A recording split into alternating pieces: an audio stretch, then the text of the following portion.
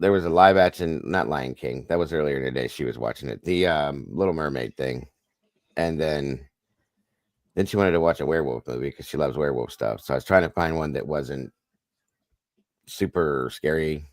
So we watched that. That's the one I fell asleep on. The Teen Wolf. She loves that.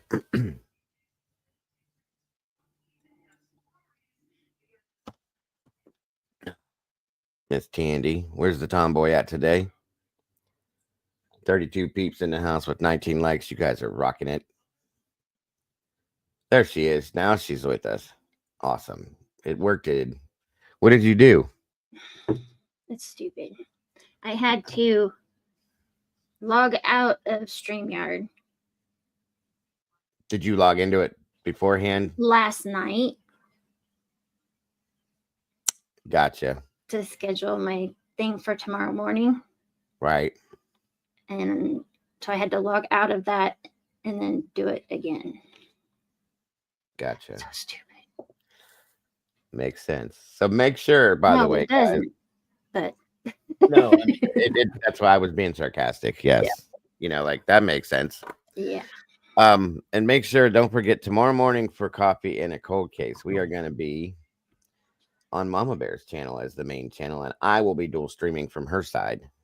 So join us tomorrow for that. It's got a great case that she's put together that we're going to be listening to, checking out, and bringing to you. I hope you guys are all there for that. Would be cool. And I'll get the struggle like you do, trying to dual stream. Right. Be interesting. You're not speaking to Sleeping Beauty today. Oh, she's sleeping still, huh? Yeah, I don't sleep.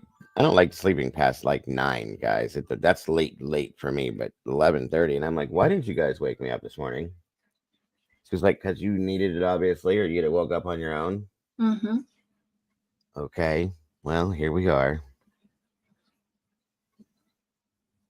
Pickle poops. Pickle poof. Is it a poof or a puff? Moonlit baby, welcome. Good to see you. No, she isn't speaking to you. Oh, she's not speaking to me. Oh, okay. Well, so be it. Nelly B. Hiya, Jody. Not the first time that's happened. Oh, well. Hi, Brandy. Brandy B. The OG. Wonderful to see you, Nelly. Oh, my goodness, Jody. 5 p.m. Lord have mercy. You definitely needed it. No, that's wild. Yeah, definitely. It's 6:15. That's dinner for you and brunch for us. Wonderful, wonderful. Yeah, like I said, I think I got into the very first. It had to have been probably 15 minutes because I don't remember it. Of Teen Wolf. Welcome, Daryl.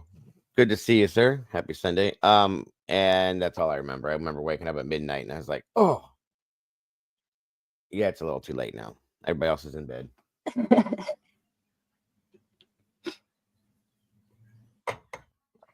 What am I to do? So she won't speak to me today. She doesn't even like that stuff, but that's why she's mad at me. She was in the Discord chat this morning, so I don't know. She's not speaking to me. That's what Miss Tandy said. So I had a friend move to New York, and I see her good many times. I love Sunday brunch in New York. So I'll bet. Yes.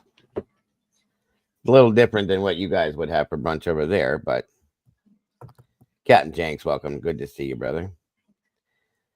Yeah, well, the grandkids will do that. I can't sit still for too very long, or I am out. I don't sleep well, so that's why it happens.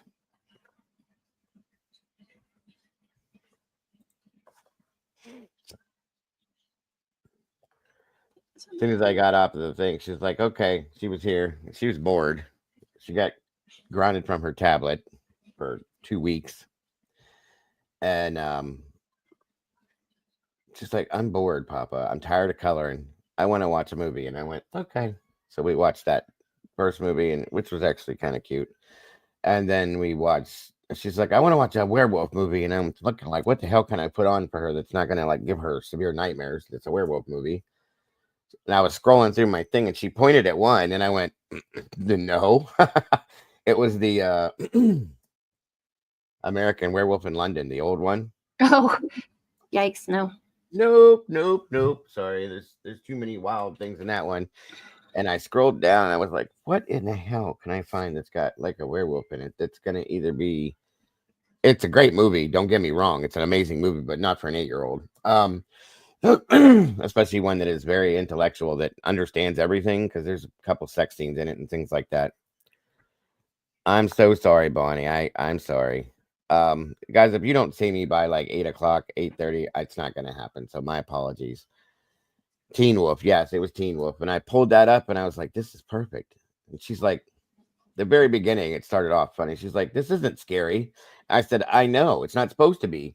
She goes, "But I wanted a scary one," and I said, "Well, guess what? You're not getting that. I won't have nightmares." I said, "I bet you will." So good to see you, Miss Bonnie. I'm so sorry. Like I said, the grandbaby. Well, she ain't no baby no more, but I do have a new grandbaby on the way, though. By the way, guys, for those of you that weren't here for that, um, my grandson's mother is going on 4 months now, and he wants a sister, so we'll see what happens. But thank you. I will have a new baby, and I was just complaining how I missed them, the littles being little. Yep. And then I get one. Monster House is awesome. I love that one.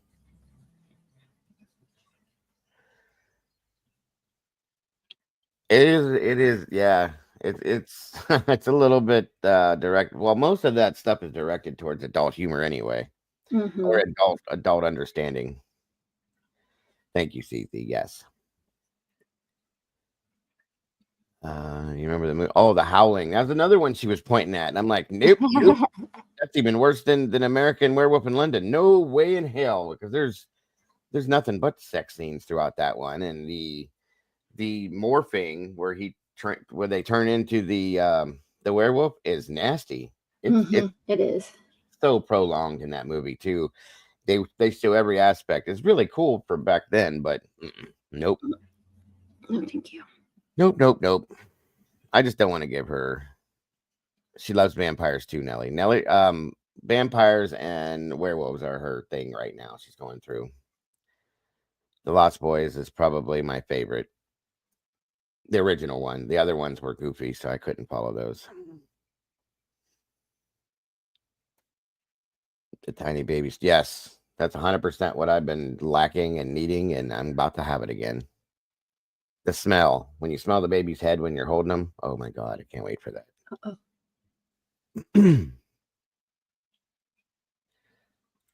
Oh, yeah.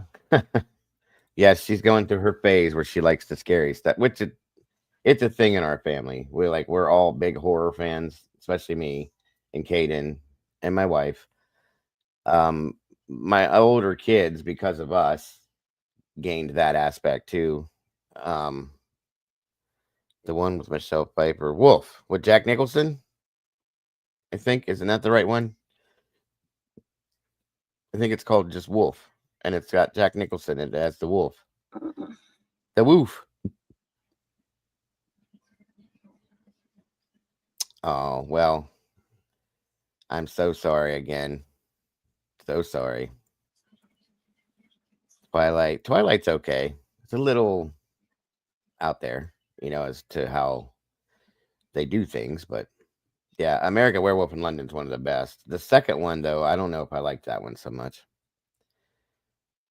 True Blood. There you go.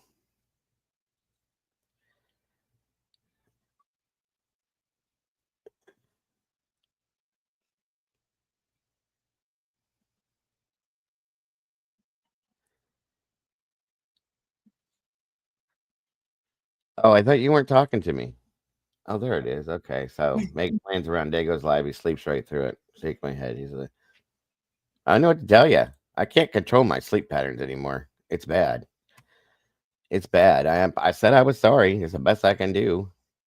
I tried. I had plans. Thank God I didn't set it though, because I'd have been really screwed. Mm-hmm. Fright Night. That's another. The original one, not the other one. The newer one, I don't care. I hate when they redo movies. They ruin them, I think. Yeah, I do too.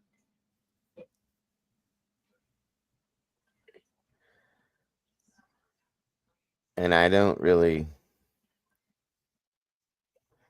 She does. She likes the monsters a little bit. She don't like the old ones because they were black and white. The Addams Family she loves, and we watch those. The movies, not the TV show. The new one, I just don't like it because I like the old one.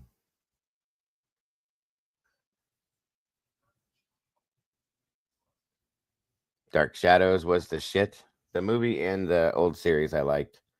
Good morning, Miss Molly. Hello, Molly. That's awesome, Nelly. Good. We'll be doing that again soon.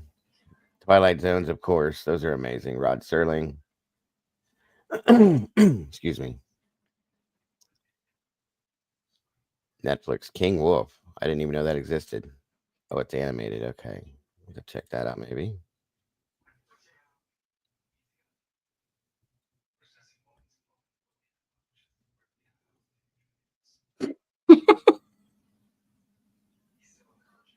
Casper. She liked those. Yeah, the movie ones. And the cartoon I showed her. Oh, the net Wednesday. Yeah, yeah. I got you, Nelly. I'm such an idiot. She loves that show. And I think that's her dad let her watch that. And isn't that a little bit more directed towards adults? That show Wednesday? Mm-hmm. I thought it would have been from what the preview I saw. Welcome, Karen. It's okay, Miss Nelly. Moto Man, welcome. God damn it! Who ate my ketchup chips? Oh. Ew. I don't like those either. But chips are chips. I'd be mad if somebody ate my chips too. Welcome, Moto Man.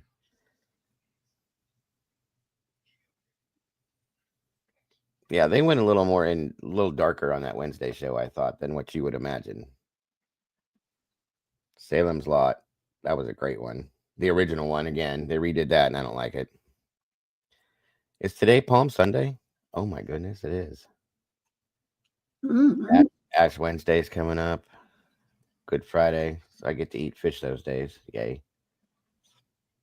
Normally I'm not allowed because she can't have that smell. They're making a new Final Destination. I saw that. Those movies weirded me out a little bit. Oh. Yeah, I had never looked at a semi trailer full of logs the same ever again. Right. Right. Right. I remember driving on the road the first time we saw that, and we seen a truck go by because we get a lot of logging around here. And I went, we need to move over in this lane. Quite a few things. Roller coasters I didn't go on to begin with, but after that, hell no. Right. Right. Exactly, Elisa. They can try your generation. Anything Stephen King, I'll watch. Anything that's based on one of his books, good or bad. The Changeling. I'm surprised that Lisa said anything about anything scary. That's that creepy one. Or It's Alive. Anybody remember those from the 80s? The Island of Alive. It's Alive. Those little green things they were giving birth to. No. Those were creepy back in the day.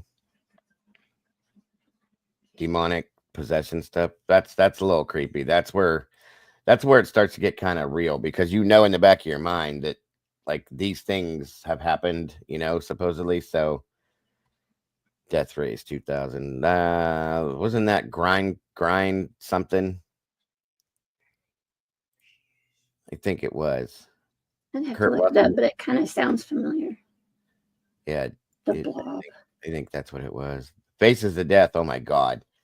Yeah. Loved those. Talk about being traumatized when you're a teenager, like trying to act like a tough ass. Going through somebody being drawn and quartered. And I'm going, okay. somebody falling from a 400-foot drop and just splat. Yeah, that was some crazy stuff. People under the stairs. That's a good one. We just watched that the other day, actually. Chiller Thrill on TV. What is that show we watch? It's on YouTube. It's got some really old, about the most cheddar you can get for a scary movie. They are so weak. They cost about $35 to make each movie. What is the channel? Creature Features. It's really cool. There's a guy that sits there and talks about it. He dresses in a certain thing, and he's got some girl that dresses up too, and it's pretty neat. It kind of reminds me of Ghoulardi and stuff like that. Death Race 2000. I swear I saw that. Chiller Thriller. The Chiller channel puts out some really creepy, weird, cheesy ones too. Or all the giant bugs and insect and monster things they put out. The mosquito movie where there's a giant mosquito. And you can tell it's not real at all. The movie Dolls ruined my sister. Dolls? Oh. Mm-hmm. My sister don't like that either. My oldest daughter don't like that either. Brandy used to have she has porcelain dolls. Mm-hmm. And she had them in a curio that we had in our living room at the other house we had. And when my kids were little, and my daughter would come over to stay for the weekend, and they had to be turned around or put away every time. She would freak out. Yeah, it's Attack of the Giant Ants. The mosquito. Tales from the Crypt too. Tales from the Crypt was good. True story. I got married on Halloween 2014. Our wedding photo is us, and that's awesome. That is absolutely awesome. I love that. I always wanted to get married on Halloween. The marriage didn't last. Right. Okay. You got a headache again, Stormy? Come on, them meds. We got to get you right on them meds. Yuck. Sorry to hear that. Creepshow is awesome. I love Creepshow. Mm-hmm. Stephen King. Except for the newest one. I think it's 3. You can tell it wasn't done by the same people. The one, my kids watched it as they got older. What's happening, Scott? Good to see you, brother. And Lily Rose, welcome. The one where the kids pull up to the lake. They go out on that wooden platform thing, and the giant garbage bag that's floating in the water gets them. that's what it is. It's supposed to be some kind of an oil slick thing or something that it eats them alive, and it's a giant garbage bag. Tom Savini, that's the guy that gave me my my theatrical makeup and special effect classes. And he did all the makeup effects for that movie, which was so cool to me. I got to meet Fluffy. For anybody that watched Creepshow, Fluffy was the creature that was in the crate under the stairs in Creepshow 1, I think it was. So we got to meet that. It's a puppet. There's 2 or 3 of them. There's one's a puppet. One is just like that sits, stationary. That little dude. And two of the other 2 are animatronic, and they're really neat. Children of the Corn, yes. We got to learn how they did the makeup effects and special effects, and I think it was Friday the 13th 2 with Kevin Bacon. Is that the one that had Kevin Bacon in it, you guys? Where he's laying in the bed and Jason's below him, the bed, and comes up through his throat with the thing. They showed exactly. They taught us how they did that, and it's a false body, and Kevin Bacon's head sticks up through the bottom of the bed, and they come up through the throat, and they have these tubes that they use for blood squirts and stuff. It's really wild, all the stuff I learned. It's so fun. No problem, Miss Nelly. But Tom Savini was really cool. Nope, that was not Johnny Depp. That was Kevin Bacon. Johnny Depp was in Friday the 13th. He was in, he was in Nightmare on Elm Street. You got me confused now. Kevin Bacon was in Friday the 13th. It was 2, I believe, or 3. Maybe it was 3. It was one of them. Yeah, it was one of the 2. Yes, Nightmare on Elm Street with Johnny Depp. And Heather Langenkamp, I think her name is. The waterbed scene, yeah. And that blonde woman that gets thrown all over the ceiling and all. But he wasn't in that scene. That other dude was I can't think of his name.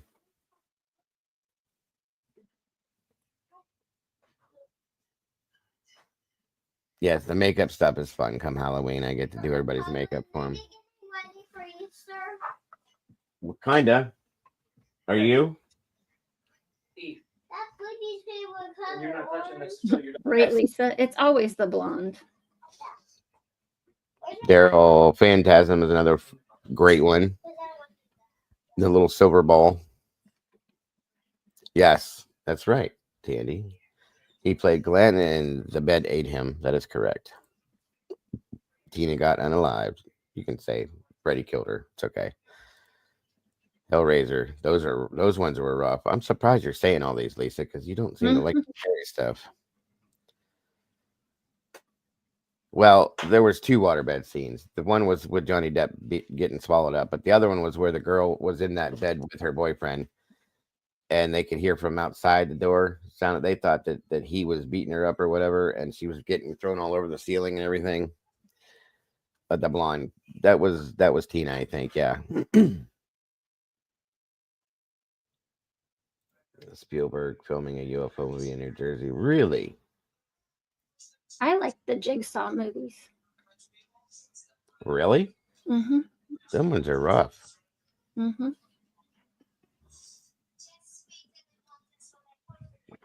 Mama Bear's kind of dark, y'all. She likes more that. dark than you realize. Doesn't know how to take that down. Poltergeist was great. The first one was great with Craig Nelson in it. The second one I didn't care for much. Carol Ann, just don't show. Oh hell no, Cap. I don't think you should even show the adults The Exorcist. Right. Remember the first time I watched that, I got scared doo-doo-less. Poltergeist is creepy. It's creepy. There's some comedy to it though. The first one. That whole movie, the franchise for that movie, the originals, has a curse on it per se. Jaws doesn't bother me. My wife loves Jaws, but hates sharks. So figure that out. Beast Within, one of my favorites of all times, even though it's got such bad makeup effects and everything, is the Evil Dead, the original. Candyman is scary. Did you see Evil Dead, Bear? Evil Dead. The one with Bruce Campbell in it. The woman that turns into the whatever she turns into, and they have her locked in the basement. No. The Evil Dead is amazing. Hold on.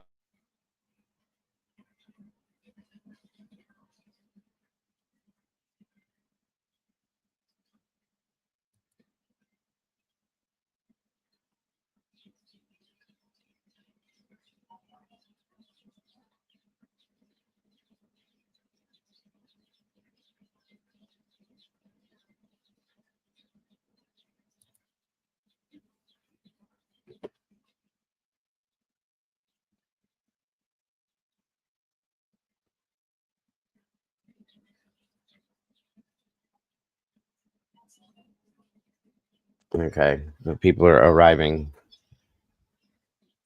My apologies. All right, so let me see what we have here. Rosemary's Baby was. Huh? Rosemary's Baby was. I was out there. I was Yeah. out Out there's a good word for it.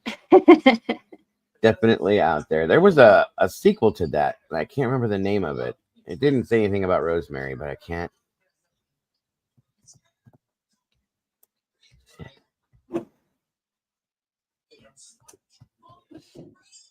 Had the best breakfast. I cannot remember it. It'll come to me later. It's definitely newer.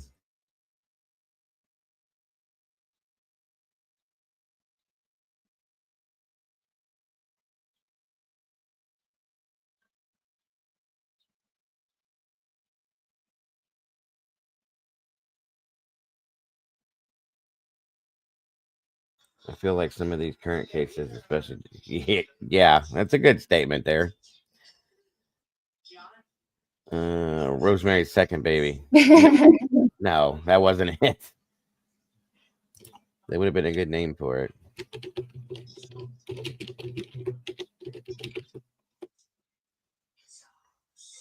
All right, let's get some stuff moving. 54 peeps, 32 likes. You guys rock. Cool. Son of Rosemary?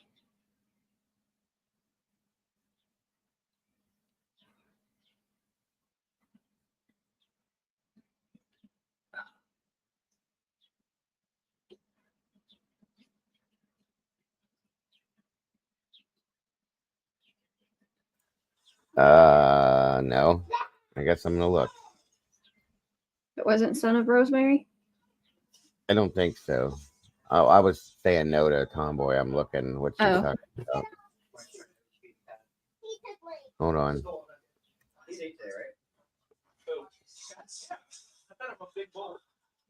About the mortuary, Tomboy? Yeah, there's some stuff to talk about today for sure to catch up with. Hold on. Which is creepy out of Houston. Is that the right one, Tomboy? Oh, Haunting a Hill House, The House on Haunted Hill, The Haunting. Those are all great ones too. The House on Haunted Hill is one of my favorites. 13 Ghosts is another great one too. Apartment 7A. Yep. 1408. That's another good one. Stephen King wrote that too.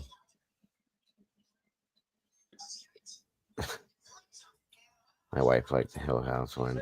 Amityville is awesome. Another favorite. All right, y'all. Is that what it was, Tomboy, that you were talking about the oh, Emily Rose is good. About the mortuary place? Or did you post it somewhere else? Yummy yuck over here. Do do do do do do do boo boo. Bum bum ba dum bum bum ba dum bum.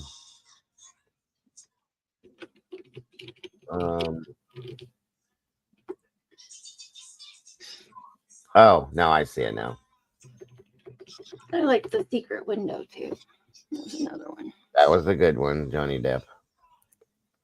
I didn't get that one till the very end. I didn't either. I was completely thrown by that too. Like, what the hell? Yeah. My wife picked That's why I liked it. and Brandy, it pisses me off because Brandy gets those like 10 minutes into these movies that have those twists at the end. Mm-hmm.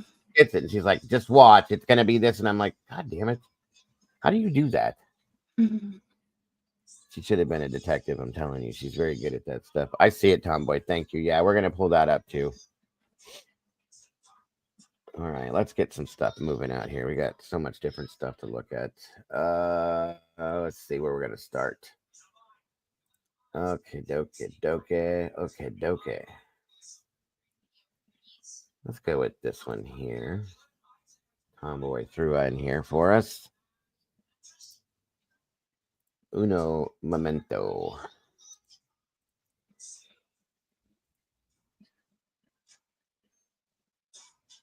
We'll get through the damn commercials. All of them.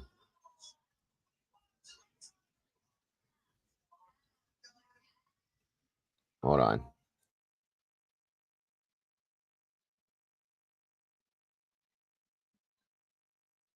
Antioch woman reported missing in February, found dead, police say. Is this going to work for me? It's a record-breaking year. The final numbers are still coming in, but we fundraised over $300,000. Awesome. And these events are so important for Pod Look Chicago. at the babies on the screen. I know. This, of course, is dog-friendly. We had over 700 guests, and all of our guests are invited to bring their dogs, so that's always a ton of fun. But this fundraising event is so important because we've received no public funding. We rely completely on the support of the community, so this helps us to continue to help homeless and at-risk pets around the city. So maybe not. I'll just read it to you guys. 37-year-old woman was reported missing in Chicago's north suburbs, been found dead, authorities said. Megan Boz of Antioch was reported missing last month and was last heard from in February, according to local officials. In a statement to Fox 32 on Saturday, Antioch Police Chief Jeffrey Gutschau said, "At this time, our department's working in a support capacity with the Waukegan Police Department as they continue their ongoing investigation. We are deeply saddened by the tragic loss experienced by the Boss family, and our thoughts and prayers are with them during this incredibly difficult time. What we don't know is that the circumstances surrounding Boss's death are unclear still. Police have said that when or where the body was found, have not said when and where the body was, where or when the body was found, I'm sorry, how Boz died, or whether anyone has been arrested. It's a developing story, and it will bring more updates as they become available, and I will look for updates on that for you guys as well." Okay, one moment here.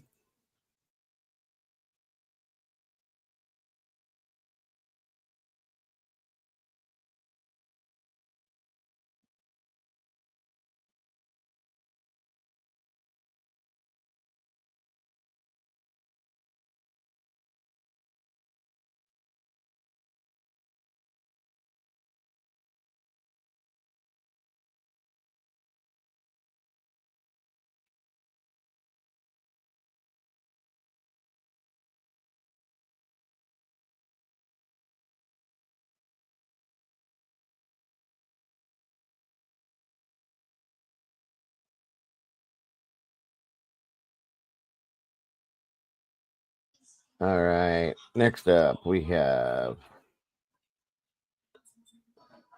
why is that different? It's not playing it out. Okay, well, we'll move forward then.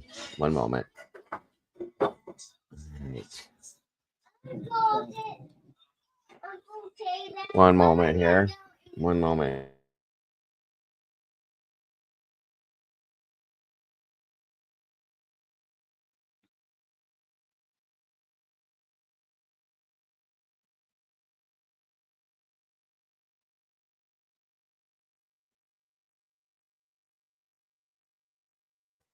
All right, here we go. I want to update everybody on the investigation that's been unfolding most of the day out here. Around 7:30 this morning, the St. Louis Metropolitan Police Department SWAT team executed a search warrant here at a home on Dewey near Delore. That search warrant was a success, and we were able to secure the residence along with the property. That is when our federal law enforcement partners started to assist SLMPD execute that search warrant, and that is the equipment and the search that you see behind me. The FBI is helping us in that process. This is related to a missing person investigation. This was an investigation that started several years ago, and we have not stopped since, and that is what led us out here today.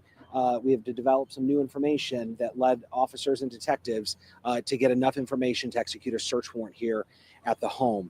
I can tell you that as of right now, suspected narcotics have been found inside the home. That is the only thing that our detectives have been able to locate so far. 2 people have been detained, a male, a 43-year-old, and a female. She is 39. She was taken into custody because of an outstanding warrant. It's my understanding it was for a domestic. At this point, I want to dispel some rumors that have been circulating on social media, and that is things from a mass grave to babies. It is deplorable that people would spread that type of misinformation in our community, cause panic and fear to spread without getting it verified information and posting it and redistributing it. So I thank each of you for being responsible and helping get the truth and the facts out about what happened. Again, just to reiterate, as of right now, no human remains have been located. The only thing that we have found is suspected narcotics, and we have detained 2 people relative to that. At this point, I will open it up to some questions. What can you tell us about the missing person report that this is related to? I can tell you that it is not a recent missing person. This is a missing person case that has been investigated for several years, and that is what led us out here today. How many years? We're not going to get into specifically who. I can tell you that it is several years old. Are you looking for a body? I assume that's what's going on here. I will let the equipment speak for itself. You guys have been out here mid since 7 o'clock this morning digging. I mean, neighbors are saying they heard that there are 2 holes and there's a third underway. Can you give us more details about the digging aspect? Sure. I think the digging process started late morning, early afternoon. The FBI is helping us. They are very. When did this guy get hired in here? Because he looks like he's 13. Seriously. I'm just saying. I can't help to think that, but so they're looking for a body, obviously, or more. Meticulous in that process, and there's a very careful system and process that has to be followed when doing this type of search, especially when you're turning the dirt and you're using this type of equipment. So the FBI is doing that. That started late morning, early afternoon. Most of the search warrant throughout the morning was centered in the house, which is where we found the suspected narcotics. You all believe bodies are in that backyard? We've developed information to believe that this could be related to a missing person investigation. So one potential missing person. Yes. Okay. Let's not spread rumors or take rumors from social media. When you say detained, were 2 people arrested? 2 people were detained immediately after finding the suspected narcotics and to do the search warrant, and then 1 person is now going to be considered under arrest in custody related to the outstanding warrant. Is one of the persons in custody the homeowner or the homeowner's roommates? I don't have that information. So just to clarify, the 39-year-old female is one you said had outstanding warrants. Is she the one that's been arrested? She's the one that has outstanding warrants, is in custody. So then what about the male? He's being detained right now. Is that for the suspected narcotics and she was just detained for the outstanding warrants? Just being detained right now. We're still trying to sort through all the details. Did both these people live in that house? I don't have that information.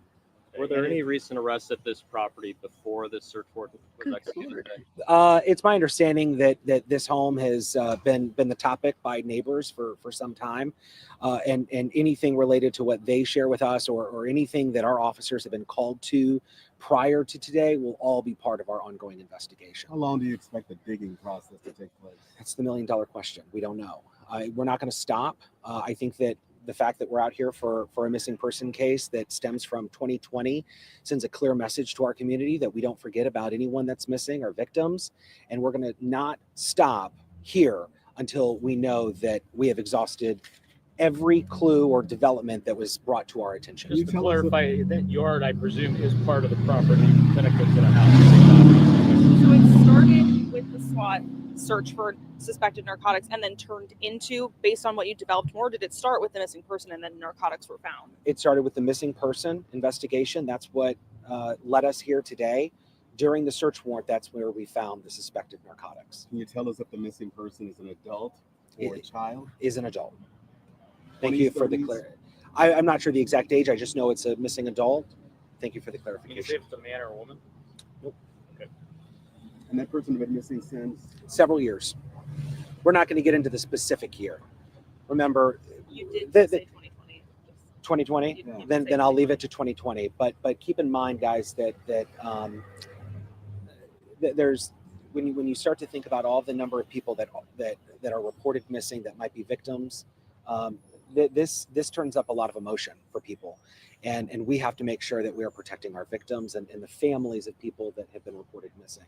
So that's why we don't want to get into the specifics necessarily of the particular case, because this can cause a lot of fear when we don't know if this is even going to turn out to be anything worthwhile. This may be just a tip that we said, you know what, we had enough information. There were enough things that started adding up that we wanted to look a little further into this, which led us to the search warrant, the approved search warrant. But it's very possible. Welcome, that Stitches. we don't find anything. You But need but if we don't find anything, that case doesn't stop. Yeah, he's not very good at he can the way they go around questions normally. He's not good at doing that too much. You can tell he knows something. He's not really hiding it very well. You know, we're going to keep looking, and I want to reassure all of the families that have missing loved ones of that. We are not going to stop, and I think this sends that very clear message today. With that in mind, have you been in contact with the family of the missing person? We're not going to get into any of those details. Do you need the help of the public in any way? I think that would be fair. I think that, you know, I mean, I say it time and time again. I mean, you guys have heard it, me talk about it during the Colin Brown investigation. You've heard me talk about it after our officer was injured in the line of duty, Nate Spees. From silver alerts to shooting investigations, our community helps us so much when it comes to solving crime. We know that we can't do that alone. So if there's anybody that has any information about this home here at Dewey and Delore, where we are centered today, please come forward. You can call Crime Stoppers.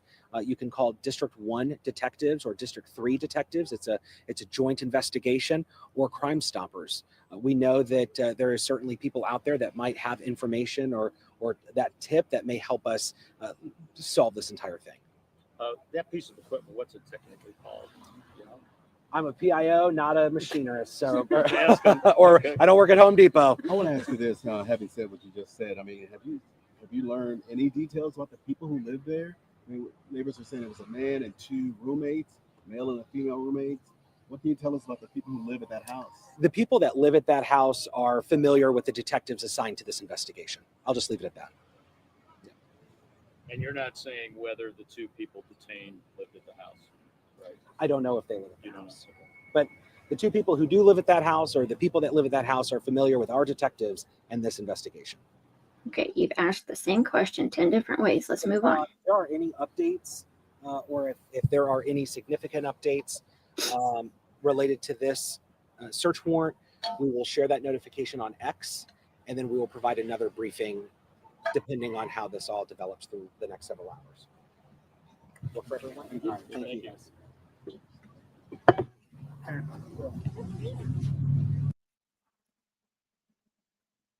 Reporters annoy me.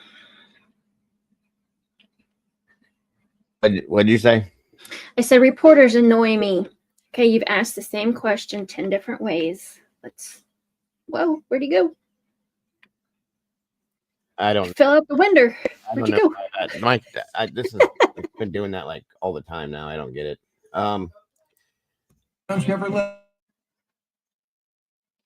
This is the other side to that. Hold on, sorry.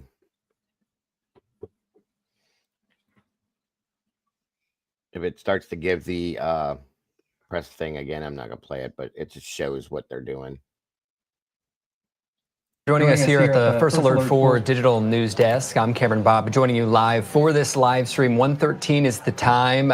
We want to follow up on some developing news happening in South St. Louis, a situation that we've been keeping an eye on for last few hours or so. And in fact, we did bring you an update during First Alert 4 at noon, but we're continuing to get a few more new details, new developments, as we now have crews on the scene in South St. Louis. Let's take you right out to the scene live right now. Again, this is South City.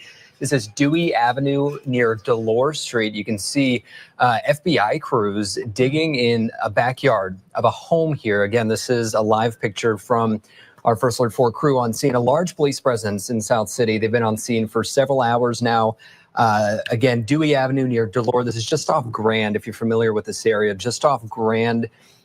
Near Mary's Catholic High School, St. Mary's Catholic High School, in the Dutchtown neighborhood. We know St. Louis police executed a search warrant on this home earlier this morning. They did find suspected narcotics inside, but so far that is the only confirmed information we've been able to get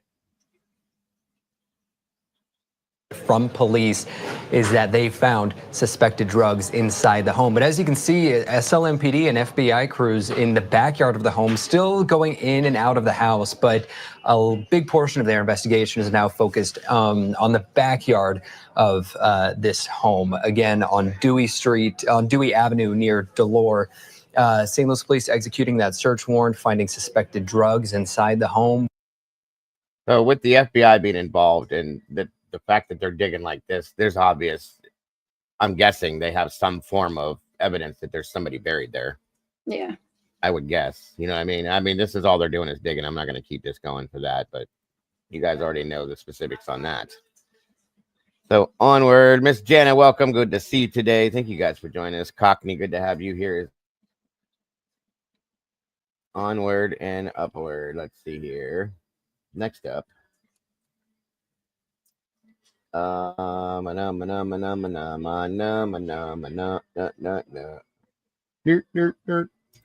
see. Hey, Jana. Oh yeah, Tomboy sent me that as well. Does it give more info? It is tied to a missing woman. Okay, so that does. Thank you, Tomboy. Hold on, you guys.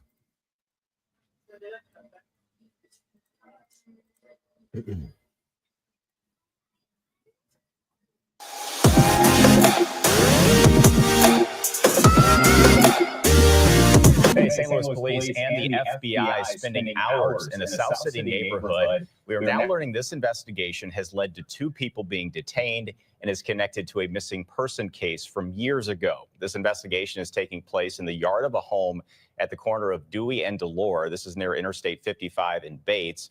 Our Shoshana Stahl is live at this scene with the latest from police. Shoshana? Yeah, Corey, that's right. SWAT teams came out here around 7:30 this morning to execute that search warrant. After that, that's when the digging started here. And let me give you a look at what you can see in this backyard right here. We've seen crews out here for most of the day digging in different parts of the backyard, something that police say they'll be doing throughout a lot of the evening here. Neighbors we spoke to say this house here on the corner was notorious in the community, but it still shocked residents to come out of their homes this morning and see this.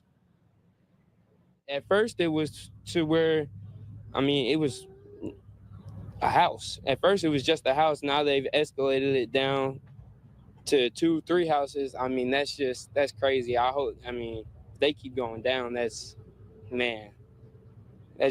puts a little fear into me.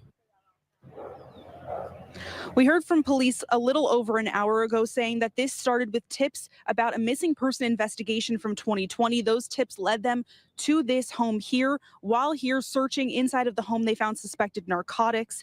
Then those detectives detained a 39-year-old female who had outstanding warrants and a 43-year-old man. But they said that the only thing they found so far here are suspected narcotics. They have been digging in the backyard with FBI and with St. Louis Police. So far, the only thing they have found are suspected narcotics. They have not found any human remains. Search warrant was a success, and we were able to secure the residence along with the property. As of right now, suspected narcotics have been found inside the home. That is the only thing that our detectives have been able to locate so far. We know police have said they will continue to be out here throughout the evening. They will continue searching, but they also want to make clear they want to dispel any rumors people may have seen while out here today or while on social media, making it clear that there has been no dead bodies that have been found in the backyard here, no children found in the backyard here. That's been a lot of the rumors that we've heard out here on the scene today. And police want to make it clear no human remains have been found. That's exactly my point, Nelly. They have some real evidence, or they wouldn't have done this. Right now at this home. This is an investigation we're going to continue to follow and give you updates on as we get them from police. Live in South City, Shoshana Stahl, First Alert 4. Shoshana, thank you.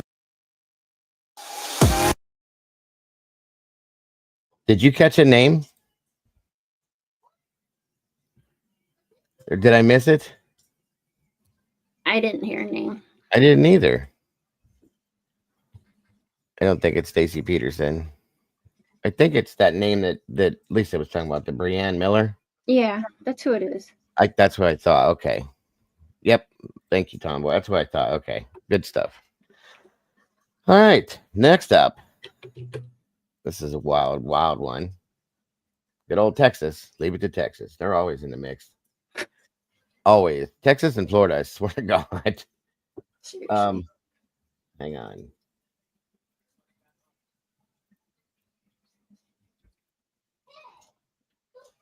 Man stabbed after posting videos of bodies found exposed at mortuary.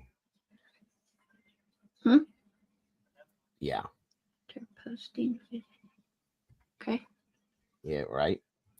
There we go. Just a minute. I hate these things. They take forever.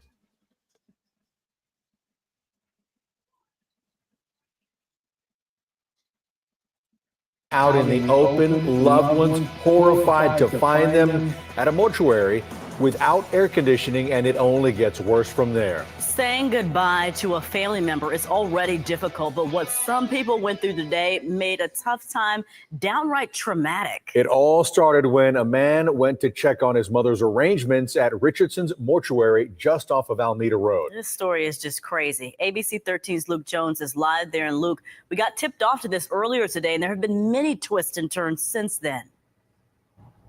Yeah, police have been here all afternoon. At this point, all 10 of those bodies have since been moved to refrigerated rooms at other funeral homes. Attempts to reach the owner of this one have been unsuccessful, but the Precinct 7 constable, an acquaintance of his, was able to get him on the phone. He says he's currently in the hospital after suffering a heart attack.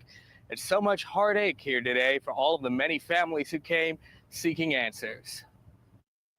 One thing I know, we're not going to leave him in this building. As chaotic as it looks outside Richardson Mortuary, You take a step in there. You tell me where you gonna put a body that's That place looks like it's condemned. these customers say it's nothing compared to what you'll find inside.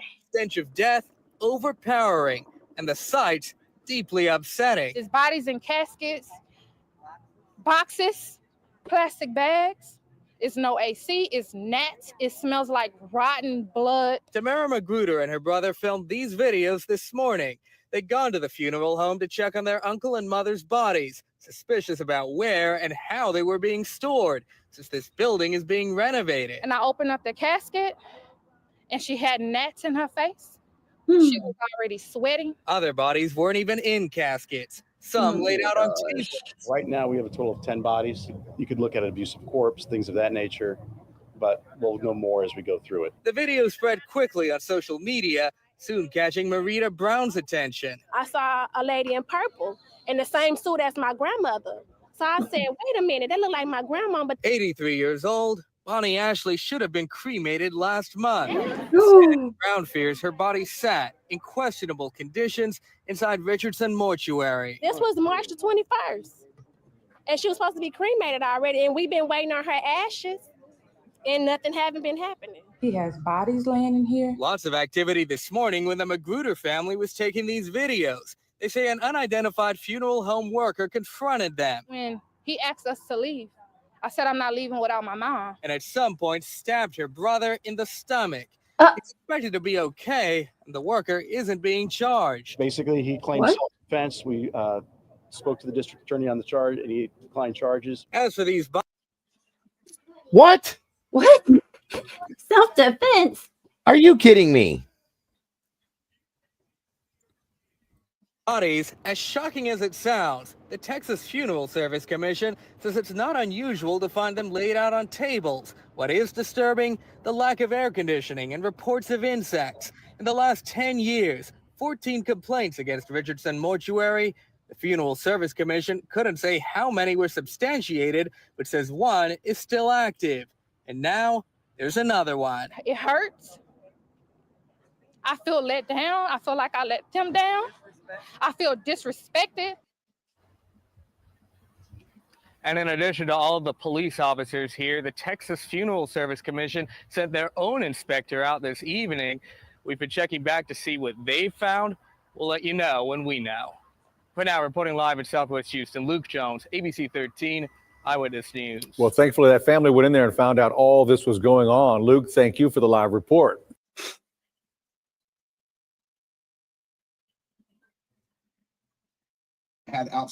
What is going on with the world today? Like, truly. How many of these funeral home situations have we seen, Mama Bear? 3, 4, 5. I don't know. I lost count. I mean, I never would have imagined, you know, especially somebody that's supposed to have been cremated a month later, they're not. And that's disgusting to find somebody wearing the clothes that you brought in for your loved one, or to open a casket and see gnats and stuff. She said, like, oh my God. Shame, shame, shame.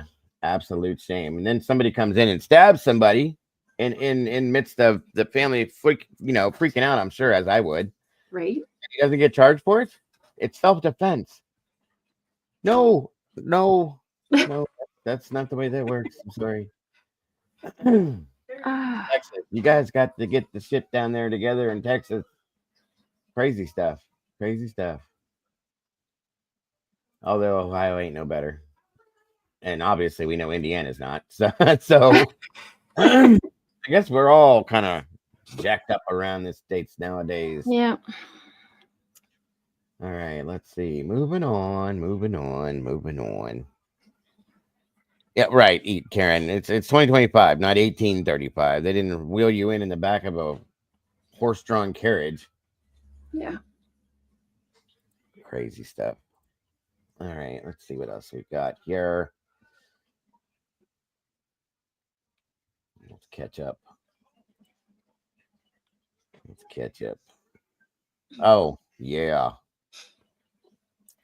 So this Have a one. good day, Lisa Joe. Yes, now. Are you leaving? Thank you, Lisa, for joining us. Oh, okay. Gotcha. So this next story. First, I'm going to give you a trigger warning because Nancy's going to tell us the story. There's a trigger warning for that. But the next story, this is pretty sad and wild. So check it out. Not going to be very long. It's just pieces and parts. They clipped it, I guess. So bear with Nancy, if you will. I'm sorry, Bonnie. I'm sorry. I'm sorry. I already know. Joining us now is a special guest. It's Dave Horton, the landlord at the Gress home, now believed to be murder scene. Mr. Horton, thank you for being with us.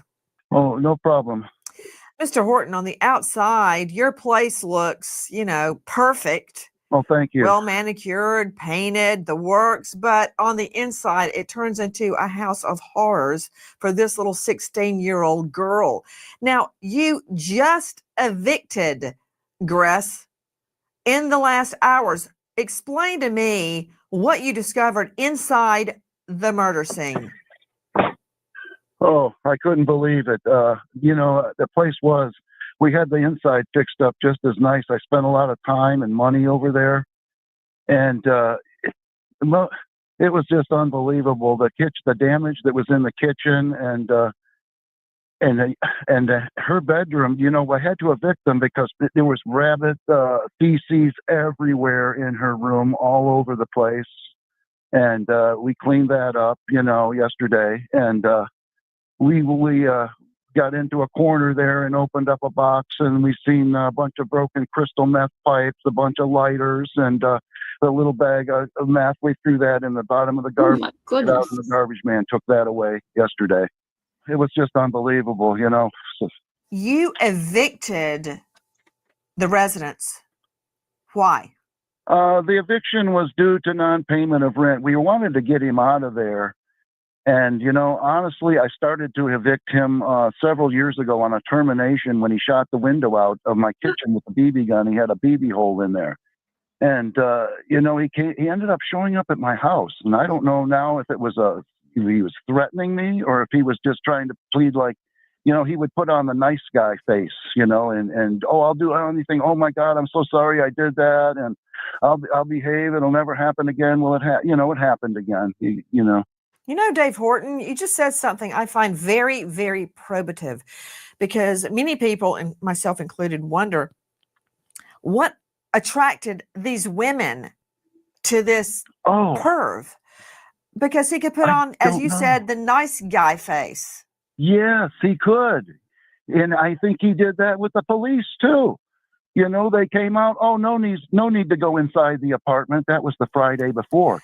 When you went in the home to clean it out for the eviction, did you see any evidence that a teen girl had been held hostage there and murdered, only later to be dismembered? No, there was no evidence whatsoever. How does somebody live inside that? I mean, with all that, oh my God, do you realize what would happen to me if I went inside that house? They would have to take me out in a straitjacket. Yeah, I was going to say, you'd be in an insane asylum. There's no way. There's no way to sit down. There's no. Nope. Oh, welcome back, Miss Tandy.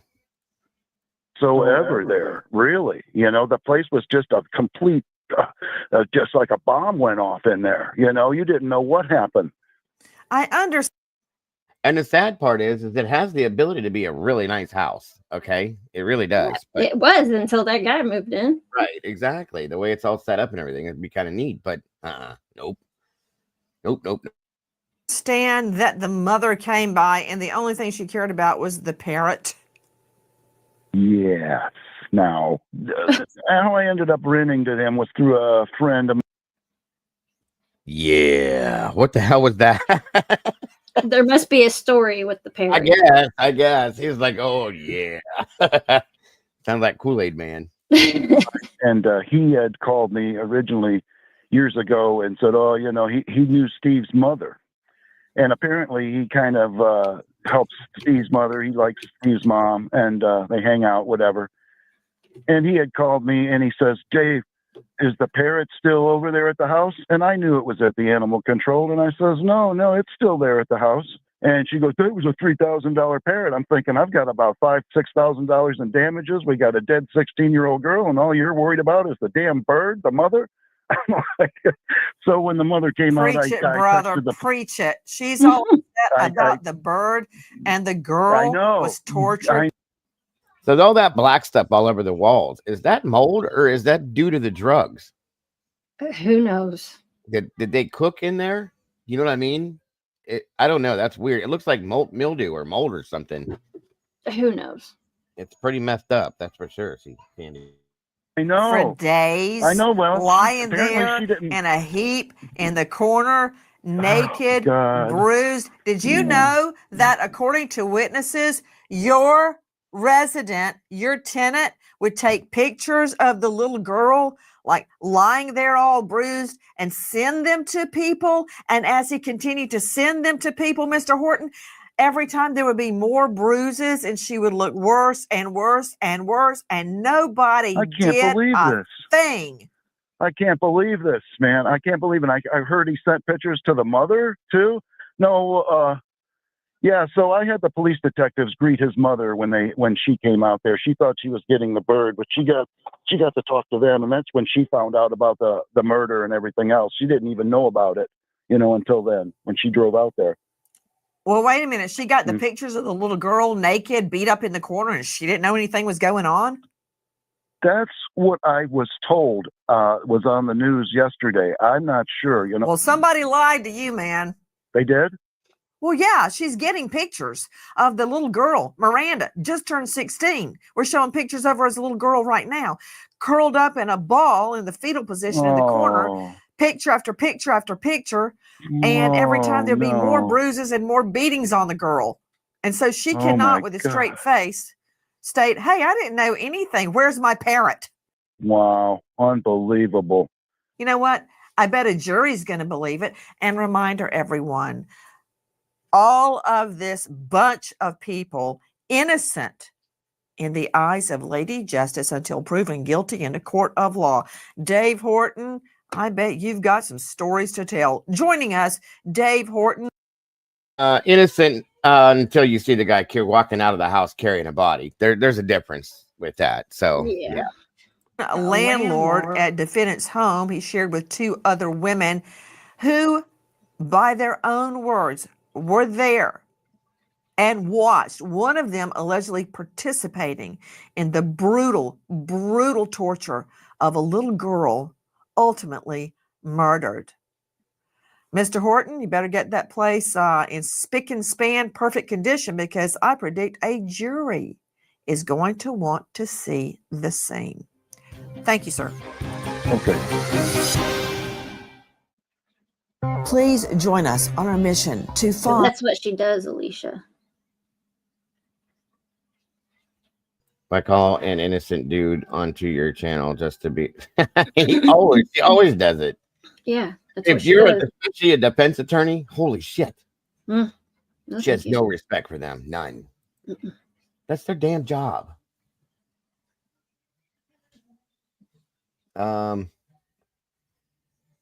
So not only did they have what they did to her in that it was a garbage dump in there. It's crazy. So let me see here. Next up. Oh, this was sent over to us. Hold on a minute here. No. Hold on a minute. Oh, yep. All right, hold on here.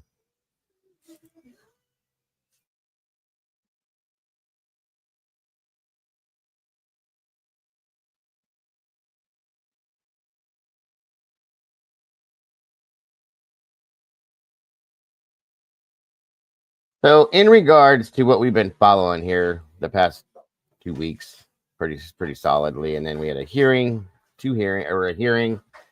on the Koberger's situation. This was sent over to me. I just got this morning, I think. At the end of the day, Hitler will rue the day that he first heard the name Sty Ray, twice the rue on Sundays. And as the timing advance records for Brian's 8458 phone, don't fool yourself into thinking that anything that Ann talks about not having as if it means she literally has been unable to obtain these things herself. Everything that she says she has not received, it is specifically in reference to what the state has not provided her in the discovery process, meaning that she does have what she's saying that they haven't given her per se. So that's interesting. Now to back up a little bit more. Okay, so the objection to the state's motion in limine re AT&T timing advance records. We know all about this. Okay, we went through this, so on and so forth. Hold on a minute. This explains the Hemisphere project. Okay, which we brought this up very, very, very minute the other day. It's also known as Hemisphere, is a mass surveillance program conducted by the U.S. telecommunications company via AT&T and funded by the White House. Now, I looked into this. This is a real deal thing. The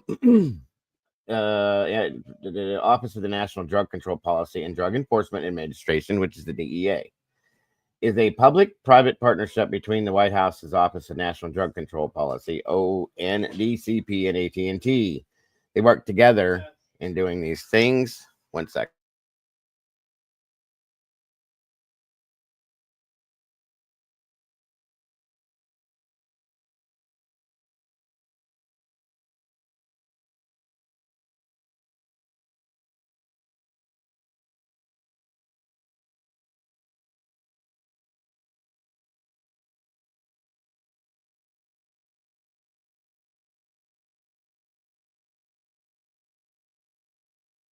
Sorry, guys. In 2013, the program was overseen by AT&T employees embedded with the Atlanta head office, 2 employees in Houston, Los Angeles regional offices, 1 employee each of the ONDCP's high-intensity drug trafficking area program. These employees' salaries are paid through the ONDCP's HIDTA program as opposed by AT&T. AT&T collects metadata relating to all calls routed through AT&T's exchanges, including calls made from non-AT&T handsets. The data collected include the phone numbers of the caller and recipient, the data time and length of calls, and in some cases, a caller's location.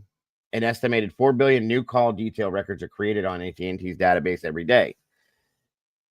Though it is possible for a call to be recorded more than once, as AT&T maintains records of calls placed as well as calls received. A single call may be recorded against both the caller's telephone number as an outgoing call and the recipient's telephone number as an incoming call. The number of records generated for a single call depends on its length, as well as on participants' locations and whether or not they are moving. Call detail records held as part of the project back. Hold on one moment, guys.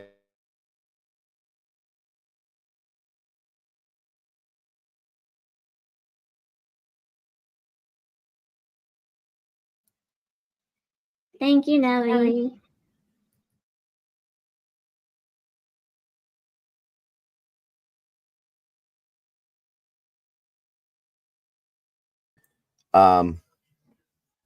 Where was I at here? Call detail records held as a data. Okay, data are typically forwarded to investigators by email in response to administrative subpoenas, which the DEA is authorized to issue independently of the courts, as the existence of the project is officially where'd it go? Damn it. Secret. Investigators are not permitted to disclose the source of any intelligence obtained through the Hemisphere Project in case reports, court filings, or other documents. Official guidance instead requires all intelligence to be cited as information obtained from an AT&T subpoena. Requests for urgent information from the project database take as little as an hour to fulfill.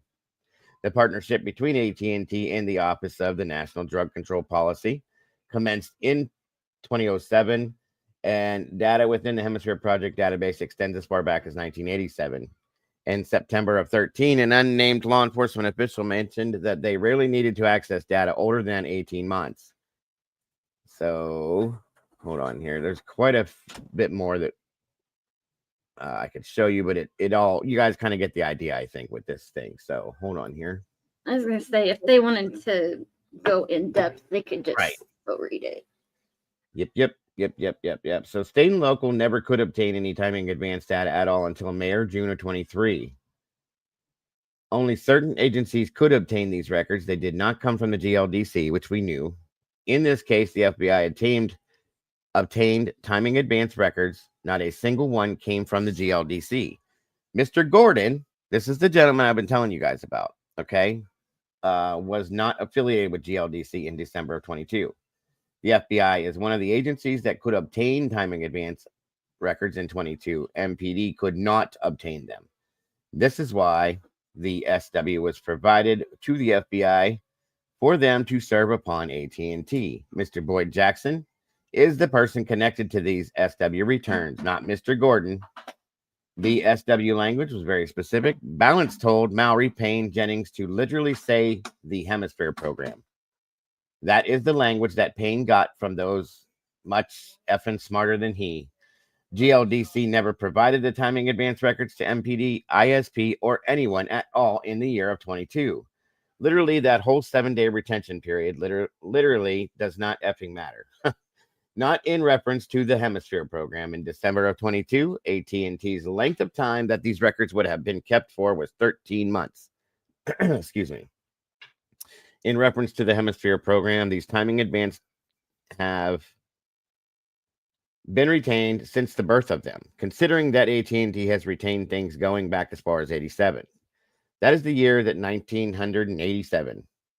For those that cannot do the math, since it is 2025, this means that 25 years plus an additional 13 years, in which means nearly the past 38 years, AT&T has been saving records on people. The FBI knows this. Payne knows this. Mowry knows this. Jennings knows this. NYE knows this. And F and Josh Hurtwitt knows this. The literal verbiage in the SW is through the Hemisphere program.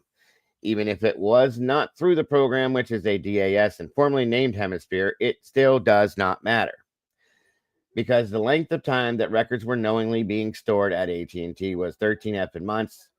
Not that it even matters, because even this AT&T database wasn't even used. GLDC is absolutely irrelevant, and I've been saying that for days. GLDC would have never handled any timing advance data at all until after May of 23. And that is because the third-party software, one second, everybody.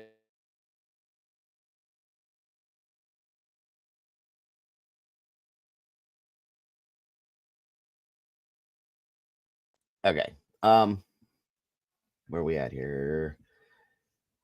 Because third-party software that is used to generate such information somehow made the data less expensive, thereby opening up state and local law enforcement agencies' ability to obtain the records without the assistance of the FBI. The 7-day window is beyond irrelevant, and I've been screaming that too. I don't know, understand, or even remotely get why Judge Hippler keeps going back to that when it comes to size statement. So let me move this over now. And this too. Hang on a minute here. Hold on. Let me get back to where we were with that. Sorry. I want to show you.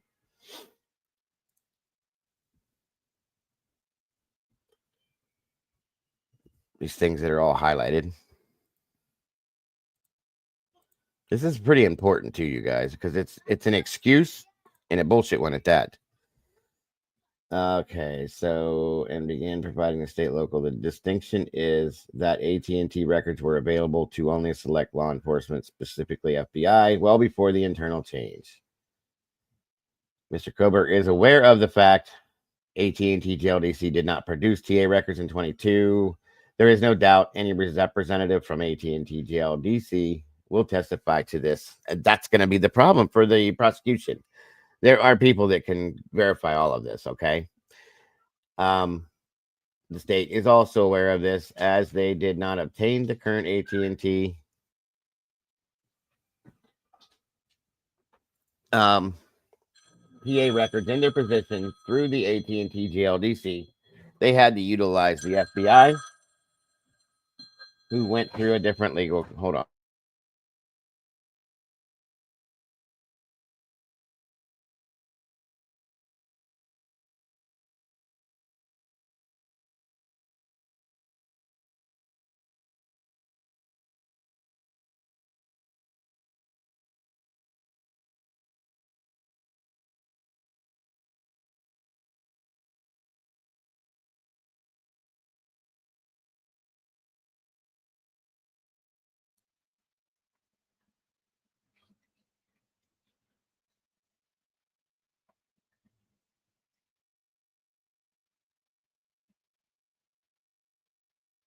Hello, Miranda. Thanks for stopping by, hon.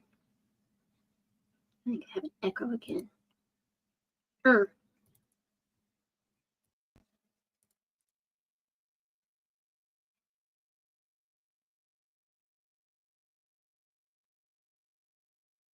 All right, sorry. Different legal compliance unit within AT&T to obtain those records. We know all of this, okay? At the onset of this investigation, detectives with Moscow PD began obtaining call detail records as part of their investigation. In doing so, they heavily relied on assistance from Nick Balance, which in turn, guys, if you think back, all Ann wanted to do was talk to Nick Balance after that last hearing. She stressed that 4 times. So he's gonna allow her to do this now, not in the presence of the jury. So be it. I think she'll be able to turn that around and still be able to explain to the jury without them hearing what Balance has to say, but he did allow for that. That's a good thing. With FBI Cast, this is first documented in emails exchanged on November 15th of 22. Think about the date, folks. November 15th. Beep, beep. I don't know what that meant, but Detective Lawrence Mowry and Brett Payne were tasked with writing search warrants to AT&T for a number of different requests. On November 15th, Detective Mowry requested objection. Okay, so anyway, there it is. Good Lord. Timing advance program, blah, blah, blah, blah, blah. Hold on. Hard to read that.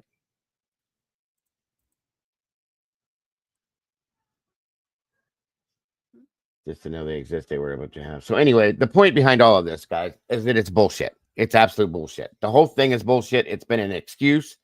There's been multiple excuses made for this. The 7 days is an excuse. That's the only thing that Judge Hippler could bring back to this when they approach this. Well, what about the 7 days? He completely avoids the 7 days. The 7 days, 7 days, because it doesn't matter. The 7 days had nothing to do with this. They did not use the GLDC. That was the whole point behind this. And then he's trying to say that Cy had no proof of this, but he did. He does. He shows it. He tells about it, and he will be able to show it. There's going to be another affidavit that comes from him. I will almost guarantee it. Okay. I will almost guarantee there's another affidavit that will speak to what he said. He was there on Zoom the day of the hearing, and they wouldn't allow for him to speak. I wonder why, everybody. You know what I'm saying? And this man has 30 plus years experience in law enforcement. He created, understand that, he created this whole program. He knows what this is all about. So for the man to step up and make up some bullshit, no way in hell is he going to put his reputation and his career on the line to do that. You know what I mean? No way. So this is going to be a problem for the state when this comes out and it's proven. It's going to be proven. And what are they going to say to this? How are they going to respond to this to be able to make it right? They can't, in my opinion. So it's a joke. No way Cy Ray would put his rep. That's exactly what I was just saying, on the line without proof. And for Hitler to call it a conspiracy just proves he did not read it at all. Not at all. And very, very unprofessional for him to call him a conspiracy theorist. That's absolutely wrong.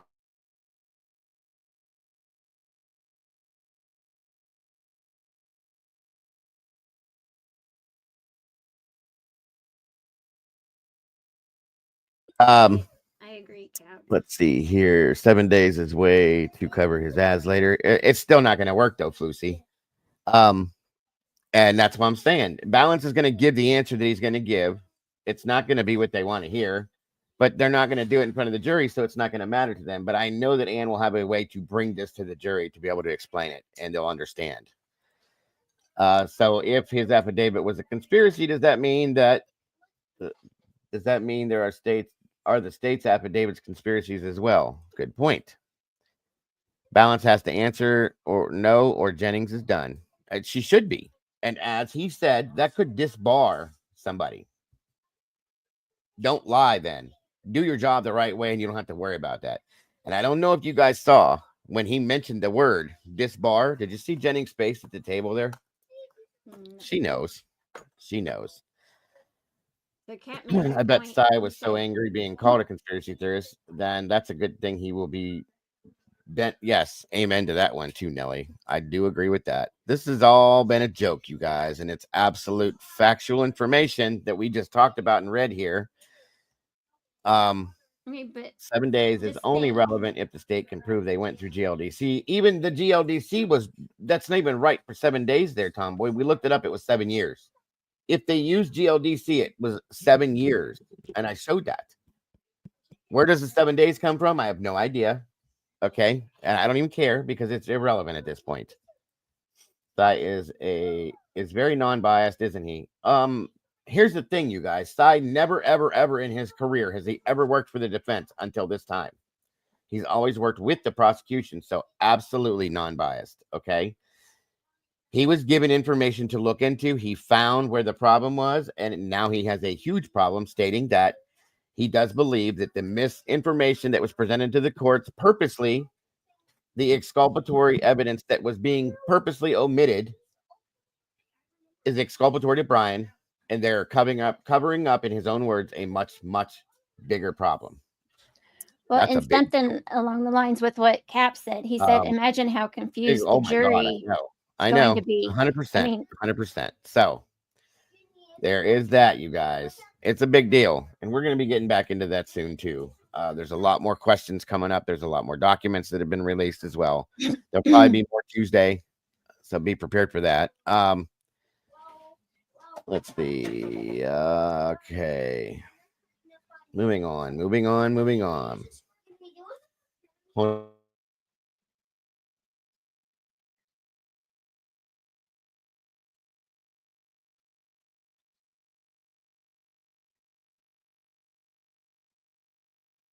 I full-heartedly agree with that. Hitler would have,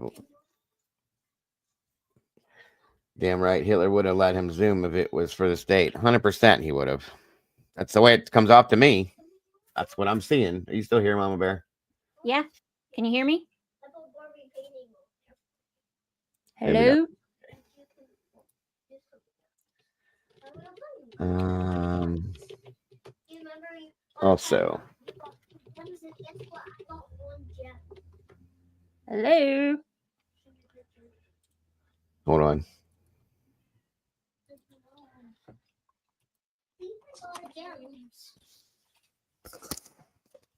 Can you hear me now? Hello? All right.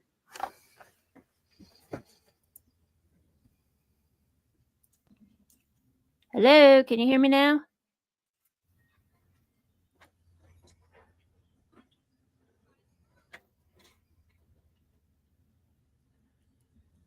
Moving on. Give me a minute, you guys. I'm trying to get some things pulled up.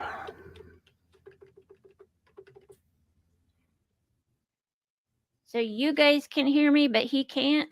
Oh, yeah. I wanted to show you this, too. How many people are familiar with music? Anybody? Nobody? Everybody? This is I know. interesting. I was about to I was kick his butt. into music big time, but let me show you this story here real quick. 'Cause he never talks over me like that. Perverted homicidal maniac. And I said, well, that's like certainly one of the things I call you. And he was just like, whatever, you're a hoe. What's the matter? You can't hear me, but they can. Now I can. I couldn't before. Yeah, because I kept trying to talk and you kept talking over me, and I'm like, what in the world is going on? I hear you now. I didn't hear you before. That was weird. That was really weird. And everybody in the chat's like, I hear you, but I don't think he Okay. can. And I'm like, What- what the heck? What were you saying? I'm sorry. I was just gonna say, Kat made the comment about how confused the jury's gonna be. I was like, if we're this confused, I mean, the jury's gonna be lost because they're not gonna be able to research or dig into it or understand it. Right. It's a mess. It really is. And I think that's part of what they wanted to happen. Do you know what I'm saying? At least the one side, it's to throw off the defense, to throw off the jury. Yeah. It isn't. I don't think Anne's going to allow for it, in my opinion, though. I think she knows what she's doing, and I think I know what she needs to do to make this happen. Do you know what I'm saying? Yeah. Fingers crossed. I'm just saying. And it's good to hear you again. Yeah. I'm glad you can hear me. Yes. Alicia was about ready to box your ears. I don't know what happened. It just cut out completely. I couldn't hear anything. I know. I told her, I was like, that's weird. I was like, he never talks over me like that. I was like, he can't hear me. No, and I said, I don't know if you heard me, but I was like, is she here? I guess not. Well, Yeah, and I put in the private chat, I was like, I am here. You can't hear me? Question mark. yeah, You it didn't didn't see show it. up until just now. I looked over. You know how I am with my distraction stuff. So anyway, That was weird. yes, it was strange. I don't know what happened, but you were gone. So sorry about that. So very That's sorry. okay. So yeah, this is in regards to the bassist from Weezer, his wife being shot, and I thought this story was pretty wild. Yeah. So let's check it out. I was mostly kind of honest with him. Jillian Schreiner, also known as Jillian Lauren, somebody that I've interviewed here at Law and Crime before about a prolific crime spree, has now found herself in incredibly hot legal water, arrested for attempted murder. The wife of the bassist in the band Weezer reportedly got into this unbelievable altercation with police that involved her allegedly pointing a gun. We have a lot to break down about this. Welcome to Sidebar, presented by Law and Crime. I'm Jesse Weber.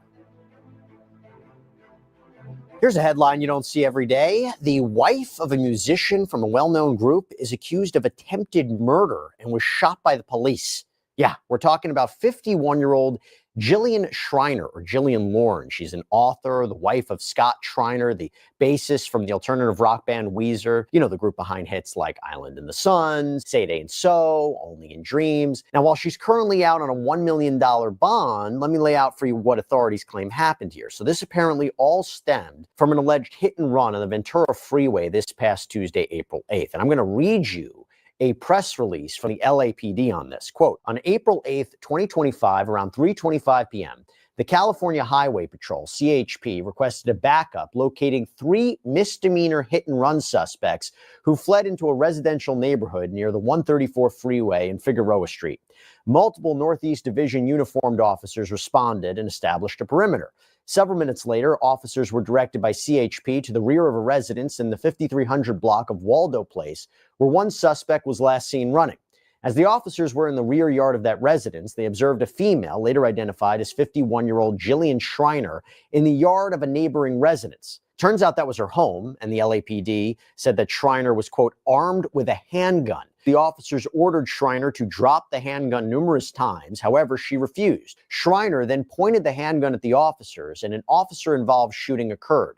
Schreiner was struck by gunfire and fled into her residence. She later exited and was taken into custody. Los Angeles Fire Department paramedics transported Schreiner to a local hospital where she was treated for a non-life-threatening gunshot wound. And reporting indicates she was hit in the shoulder. The release continues. No officers or other community members were injured during this incident. And the release indicates that a 9mm handgun was recovered from Schreiner's home. She was ultimately absentee booked for attempted murder, meaning she was hospitalized. She couldn't physically be there for her booking, but still holds the same legal weight. So it's pretty wild that for somebody who LAPD concluded was not part of this alleged hit and run, this misdemeanor crime, she was arrested for an incredibly serious felony. And by the way, the LAPD indicates that one of the suspects connected to that hit and run was detained, cited, released. The other two suspects couldn't be found. And what is fascinating is her connection to crime in general. So according to ABC News, Schreiner is a published author of several books, including the true crime novel Behold the Monster, confronting America's most prolific serial killer, based on her interviews with the most prolific serial killer in United States history, convicted murderer Samuel Little. Hey, I want to thank Upside for sponsoring today's Law and Crime YouTube takeover. Now, Upside is a free app that gives you real cash back on daily essentials like gas, groceries, restaurants. Super easy to use. You just claim an offer in the app. You pay as usual using your card and you get paid. And this is actual real cash back. You can use Upside at places like Shell, Exxon, 7-Eleven, Chipotle, just to name a few. So to find out how much you can earn, click the link in the description to download Upside or scan the QR code on screen. And make sure to use our promo code LC Takeover and you'll get an extra 25 cents back on every gallon on your first tank of gas. By the way, I actually know her. So as you may know, I host and executive produce my other show here on Law and Crime called Prime Crime. And I interviewed her several years back about her conversations with Samuel Little. Jillian Lauren, a New York Times bestselling author and someone who spent hours interviewing Sam Little, has made it her mission to be the voice of these victims. Because of the fact that they were often prostitutes, often drug addicts, often women of color, women who were considered unimportant, or as some cops used to talk about, the women who were turning up in South Central dead almost every morning in the 80s. NHI, No Humans Involved. But, you know, it wasn't just cops. He was tried by a jury of his peers. Once again, it's us who let him go. So at this point, I want to bring on criminal defense attorney John Day. John, thanks so much for coming on. It's good to see you. Your initial thoughts about this case. As I said, it's a headline you don't see every day.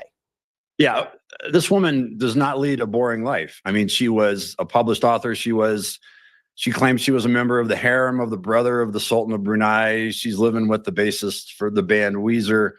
And now she's charged with attempted murder of a police officer. I mean, this is what happens when you introduce guns and self-defense into a police chase that seems totally unrelated. Now, she's in her house, apparently. If we look at it from her perspective, and we don't know what's on the body cams or the officers, that's going to be key. She's in her house. There's some kind of disturbance. She steps outside with, I think, a 9mm pistol. According to the police, they tell her multiple times, drop the gun. She doesn't listen. And LAPD says she fires at least one round at the officers. They return fire. She gets hit in the shoulder. And now she's facing attempted murder charges. It's an incredibly bizarre story, but underlying it is issues of self-defense and what you do with a gun in an unexpected situation. Yeah, just to put a point on that. So according to NBC, Detective Megan Aguilar indicated that body-worn police camera hadn't provided, quote, a clear view of what she did with that firearm, and that it was, quote, not clear if she fired at officers or not. So this is, clearly a rapidly developing situation. But my question to you is, if you have multiple eyewitnesses, police there, right, and you have surveillance, helicopter footage of some kind, because I believe that that was reported as well. What could be an explanation for this? It's so strange. I mean, she wasn't even a part of that initial crime they were investigating. What do you think we might be looking out for here? Right. Again, she wasn't part of the initial chase. These are some run guys. The cops are chasing these guys for misdemeanors, and this turns into this attempted murder of a police officer.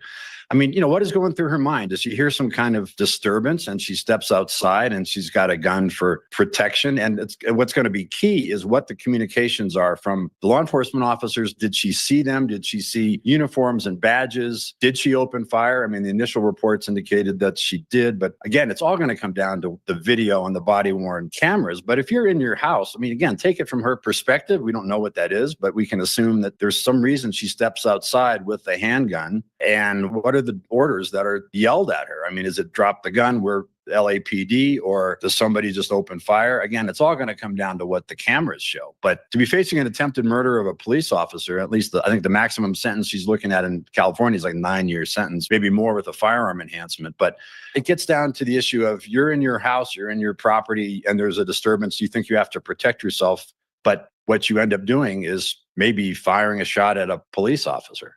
This is being reported as it's the LAPD has indicated that it's the Force Investigation Division.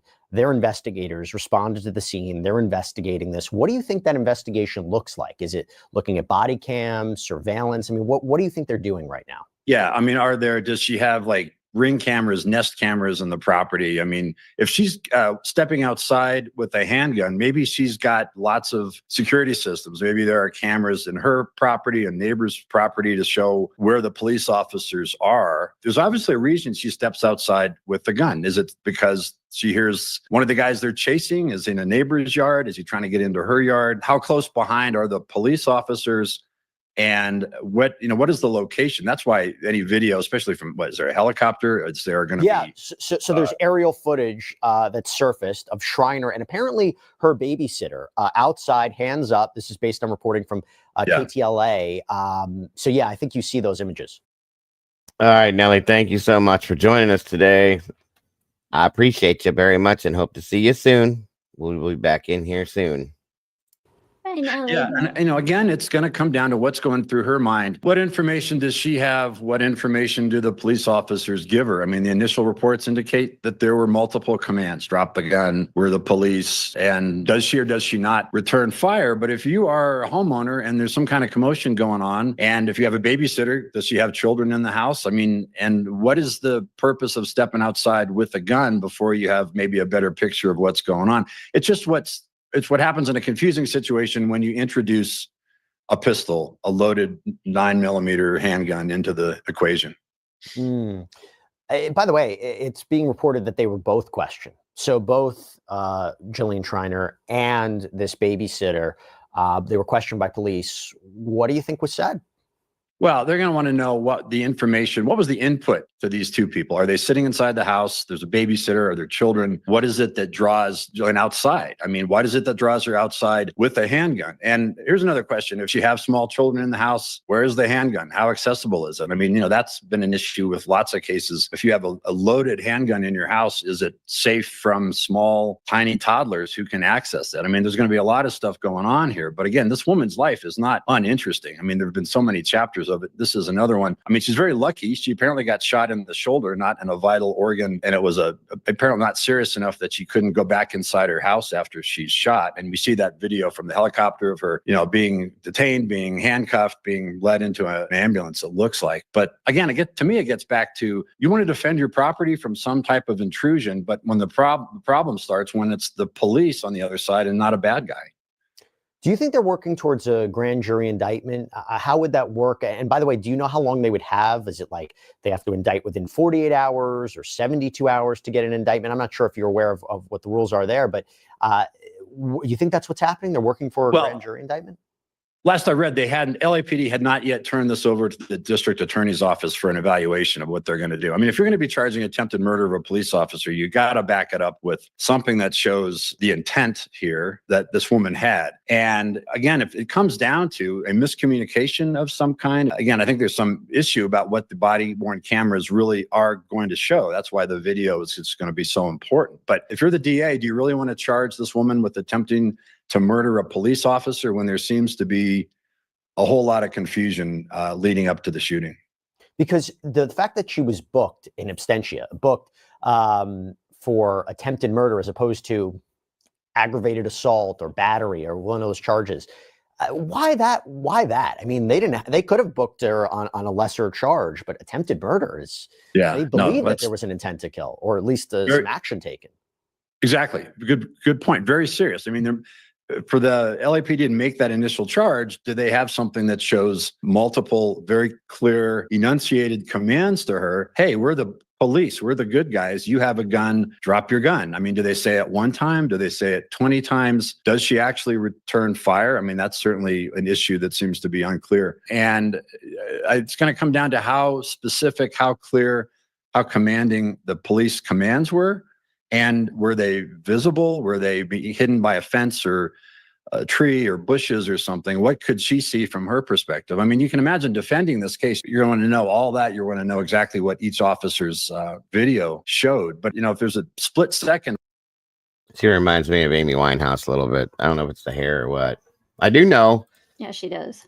After everything was said and done and she got better and all that, they asked her where she wanted to go. And she said Beverly Hills. That's where she wants to be. So. And where police say we're the police and she fires when she doesn't know who they are. I mean, that's certainly an avenue of defense. But for them to back it up, for the prosecutors to make an attempted murder of a police officer charge stick, they've got to prove all the intent there, that she knew it was police officers, that she was acting with that intent. And it was not just a split second miscommunication. But there's a possibility that she could be charged with a lesser crime. It could be downgraded. Even if she's booked on something, she could potentially be indicted and arrested on a lesser charge. Yes, absolutely. They could decide this is not an attempted murder, but this is an aggravated assault on a police officer. This is all the way down to something like negligent use of a firearm. We don't know all the details yet, but she's starting off from a pretty serious place. But my understanding is the DA has not yet evaluated. I do too, a little bit, Daryl. I mean, I'm pretty good at it. I'm a drummer, but that's my core right there. I can play bass pretty decently. I still struggle with the guitar a little bit, but rhythm I can handle. But yeah, and that's him, Scott Schreiner, the bassist from Weezer. But this is a pretty wild story thus far. I don't know. You have any thoughts before we get any further on it, Mama Bear? No. Like under and over, it's the only one that got what I said. Nothing. I just don't understand. Like, it sounds like she might have snapped. Yeah, that's what I was. It's kind of confusing. It is very much. That's why I was asking you what your thoughts were. It seems like she just may have flipped out for whatever. She'd had enough of something, whatever, but that could be intoxication, possibly. I don't know. Yeah. They haven't really claimed on or spoke on that. So, because at first I was like, okay, I'm not understanding where the attempted murder is coming into play here. If she fired back on a law enforcement officer per se, I guess that could be it, but I don't understand the rest of it. I'm not getting it, but yeah. We'll see. Evaluated it, at least as of a little bit ago. And you're going to have the eyes of the prosecutors on this thing. What can we make stick in front of a jury? What are the circumstances? And how did we get into this place in the first place? You mentioned something before about, way down the line, we're talking about if this really is, she's charged with attempted murder, what her punishment could be. So if she's charged and convicted of attempted murder, what is she looking at? Does it depend upon the degree? If it's attempted first-degree murder, then you're saying it's premeditated. Nothing from this fact pattern suggests that, at least, and correct me if I'm wrong, the second degree, no premeditation, still intent to kill. So again, my understanding is you'd be looking at either 15 years to life versus 5, 7, or 9 years. What should we be thinking? Yeah, again, it's going to depend on the intent, the premeditation, the level of what they can prove. My understanding is California has different variations on attempted murder of a police officer. It would include firearm enhancement time, of course, but it's still so early and we don't even know what they have. The fact that there are discrepancies in what LAPD is apparently saying to various outlets means that this thing is far from being set in stone. But yeah. I'm kind of thinking that they may, depending on her attorney, I'm sure there's enough money to get a good attorney here. They may look into a psychotic break possibly, which would be, a temporary insanity plea, possibly. I don't know. To fire on a police officer, that ain't no joke. So somebody to do that is not grounded in reality, in my opinion. So we'll have to see for sure. Yeah, theoretically, if you're convicted of a Raquel said she'll get a fine. Yeah. Yeah, probably. It's very possible because of who the attorney would be. You know, if you get like a Johnny Cochran or something, I'm not saying she will. You know, obviously she can't, but I'm saying somebody like that in California, LA, wherever, there's a grand possibility that, you know, she'll get off on this to nothing. If they can go with a mental health issue or a temporary insanity plea or something like that, there's a grand possibility she'll get some kind of weird probation or you got to do a week in a facility. You know what I mean? Something weird like that, or a fine. attempted murder of a police officer, you're looking at a long, long time in a California state prison. But I mean, are we there yet? We just don't know. By the way, just separate legal issue. If a police officer suspects a crime is being committed or they're in pursuit of a suspect of a crime and that person goes onto your property, even if it's you guys, please pop on over and hit the like button on Mama Bear's side. You're welcome to hang out over there as well. The link is pinned at the top of the chat. Please, thank you. And it is so very much appreciated. Thank you, guys. your personal property, police have a right to jump on there. They don't need a warrant in case of an emergency situation, right? They would have a right to be on there and come in, maybe into your house if they suspect a crime, a suspect's running in there or a crime's being committed, right? They don't need. I don't know that you need permits anymore. I think that a lot of that stuff has been changed. Like here in Ohio, I don't know what LA is like or California is like, but here in Ohio, you can open carry freely. It needs to be holstered, of course, if you're in public, but and it can be loaded. There's no permits. There's nothing that you need anymore. It's just whatever. So I don't know what California's laws are with that kind of stuff. I would imagine there's still some form of something. I don't know if it's changed like we have here, but I don't know. It's exigent circumstances, something like that. Yeah, that's a classic law school exam question. But yeah, if they have exigent circumstances, they're pursuing somebody who's fleeing, they're jumping over fences. I mean, we see that all the time on the real crime shows where they're riding along with cops and you see the officers jumping over fences or crashing through bushes and things like that. Yeah, they can do that. They can jump over that. If the person runs into your house, they don't have to stop and necessarily get a warrant. If they can establish, yes, we were in a hot foot pursuit of this person and they ran into this property, they ran into this house, they're good to go as far as the courts are concerned.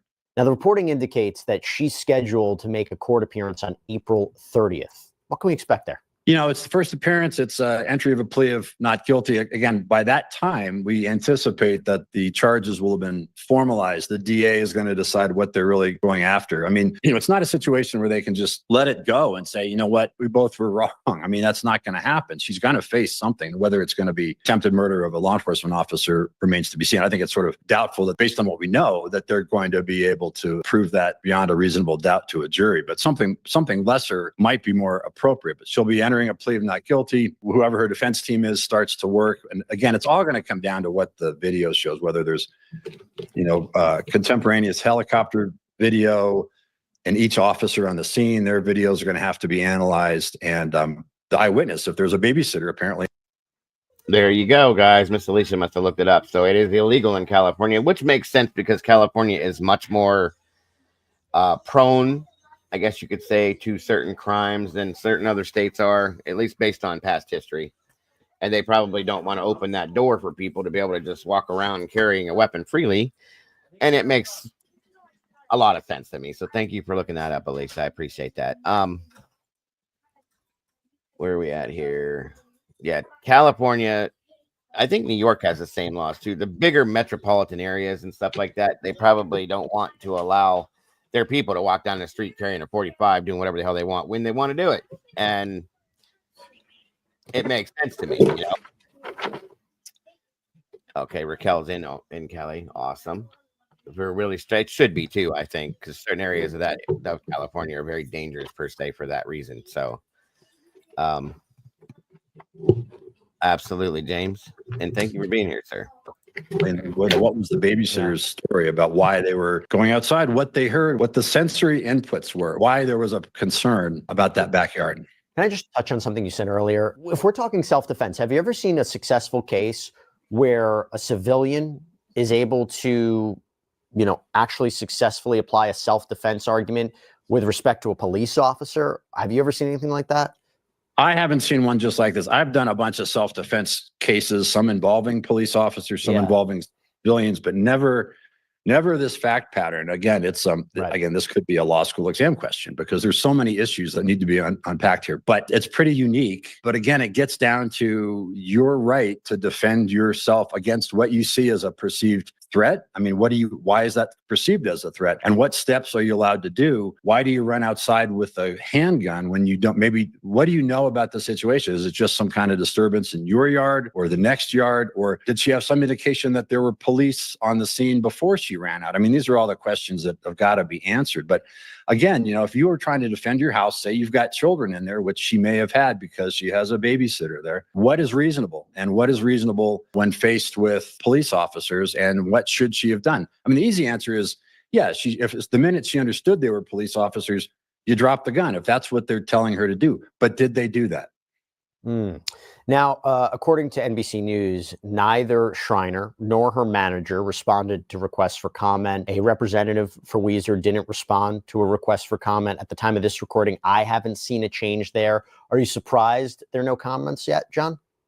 No, I mean, if you're defending this case or you're the manager, you want to just lock everything down until you have more information. I mean, incidentally, apparently Weezer's playing at Coachella, so that's going to be, an interesting show depending on what the bassist's wife is facing. But yeah, if you are defending this, you don't want anyone making any statements unless and until you have a full picture of what's going on. I mean, we don't know what statements the babysitter made to the police investigators. Did she make a statement in custody? Did she waive her Fifth Amendment rights? Did she give them a full accounting of what's going on? Again, this is an interesting woman. I mean, she has had a background that is not uninteresting. I mean, again, her history with true crime investigative reporting, the book she wrote about her previous life in a harem. What are the odds that that's the house that the police are chasing a guy into? But at the end of the day, I think you can expect that whoever the defense team is, whoever they are in LA, and there's some great, really amazingly good defense lawyers there, they're going to try to circle the wagons, get a unified picture, and then start releasing statements in her defense.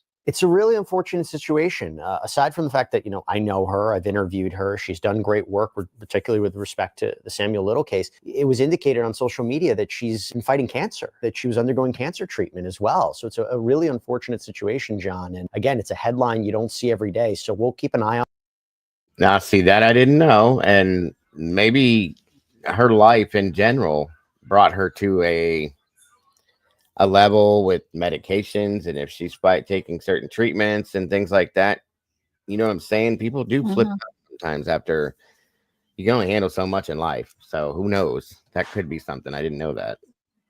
On it, we'll see what happens next. As I said, there's this upcoming court hearing. Maybe we'll get a little bit more information leading up to it or on that day. But John Day, thanks so much for taking the time. All right, ladies, that's enough Jesse for today. Hope you all got you. Let's see here. Next up to date, we got, first off, I need to bring this back down because this is blown way up too far for me. There we go. I could see through it.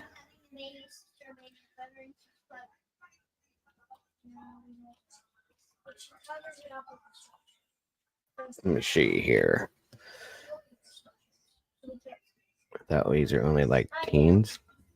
You thought teens only liked Weezer? Is that what you're saying? I've always liked Weezer. So the one band I played in, we played a bunch of their music from the first couple albums.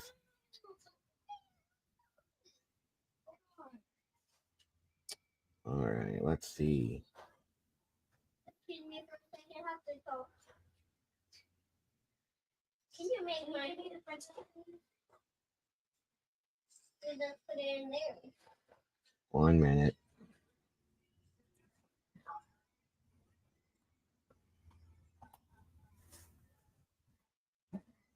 Huh. Jesse doesn't do it for me. No? I'm surprised, Karen. Most of the ladies like Jesse. All right, let me find another good one here I had uploaded for you guys. Can you make my phone for me? 1 second here. And I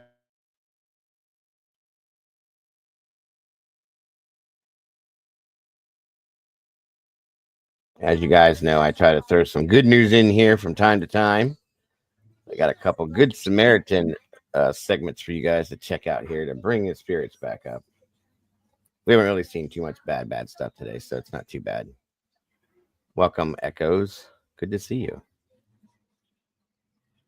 idea if he had a knife, he had a gun. You know, we had no idea. All we knew was that at that point in time, I was trying to keep my son safe and keep these ladies behind us. The whole situation, you know, it was bizarre. Oh my God, he's in. Hurry, hurry. He's in. He's going to hurt somebody. The 911 caller says 38-year-old Jason Lehman forced his way into the Children's Learning Adventure Center in Westchester Monday afternoon. Oh my God, he's hitting. Hurry. Oh my God. He's hurting people. Silas Rose owns the restaurant next door. He noticed strange behavior by Lehman, called 911, and kept an eye on the guy. And I told my son, I said, he's going into daycare. He's going into daycare. So we start coming up to the entrance of the daycare, and I could see him on the inside. He pulled the door and somehow forced his way into the building. There was a lady on the back side of the door trying to hold the door closed. And at that point in time, you know, all we could think about was, hey, there's kids, all these children in here. He says as Lehman's actions became more suspect, he took action. Basically ran in, and you know, I got right in front of him, and I said, "What's going on? What's going on? What are you doing?" And then I kind of turned my head, and that's when I got hit. And when I got hit, you know, I went back at him, and a scuffle ensued. We went to the ground, and we, in essence, tried to hold him down, and because I knew the police department was coming. And the police department did arrive and make an arrest. Fortunately, no one was hurt. Again, that guy was arrested without incident. Now, we're told the suspect did damage some computers and other equipment. Don't know what really led up to this incident. A representative of the Child Care Center said they are working with authorities to make sure nothing like this ever happens again. That could have gotten really, really ugly very quickly. Thank God for that guy. All right. Also, hold on.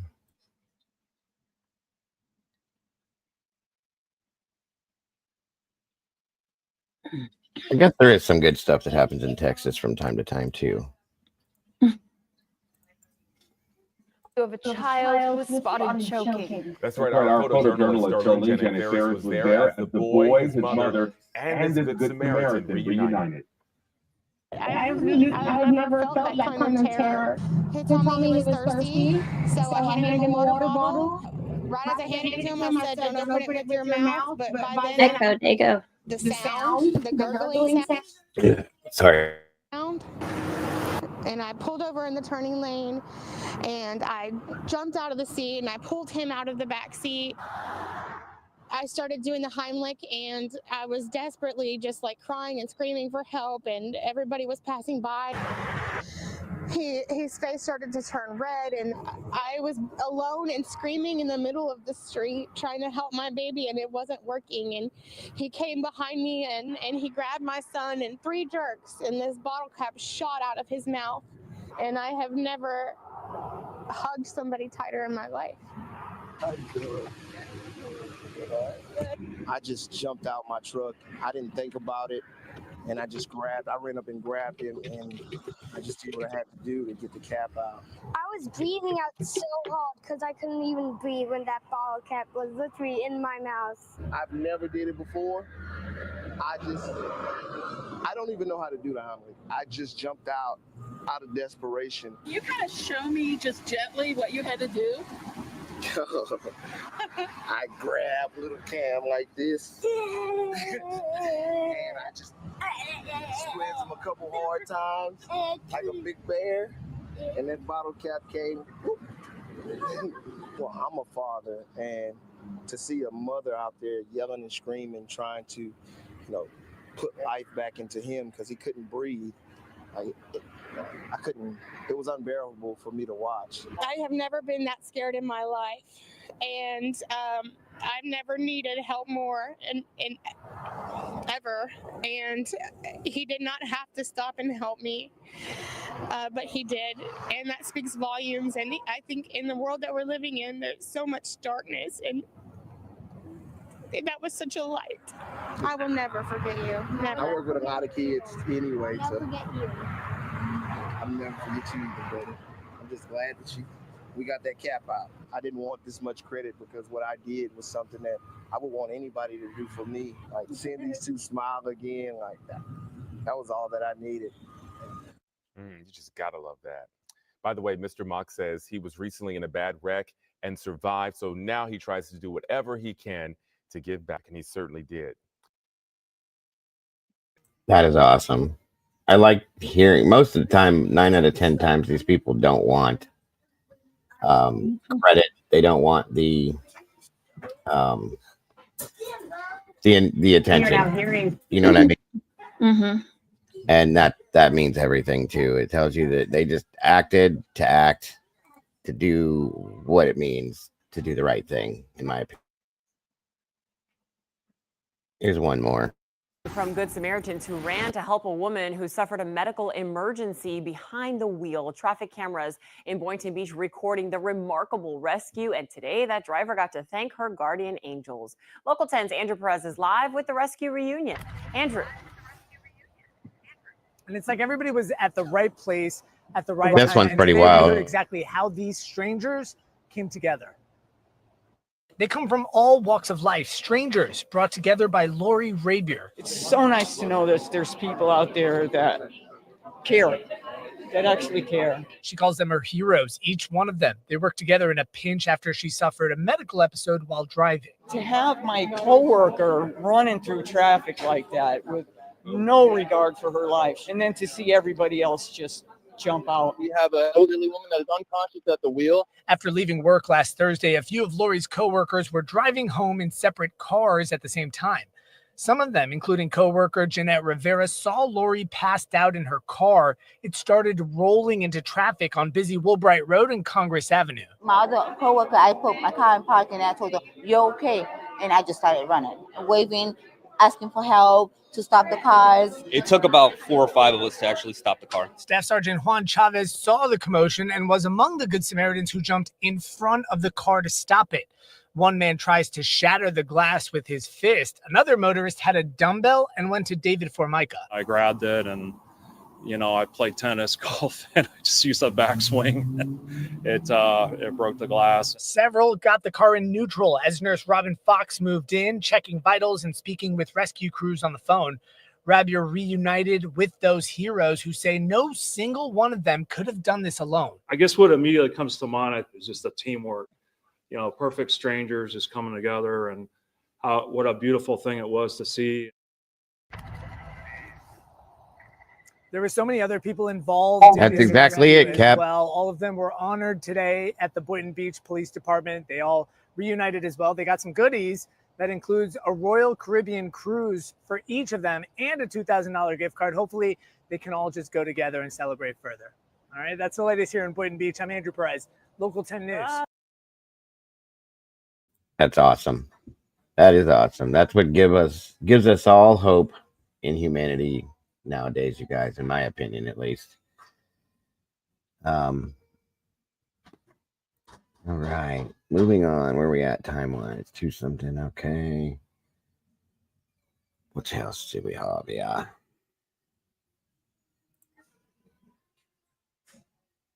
What the hell? Did they really? Good God, you guys, look. The story we were looking at earlier.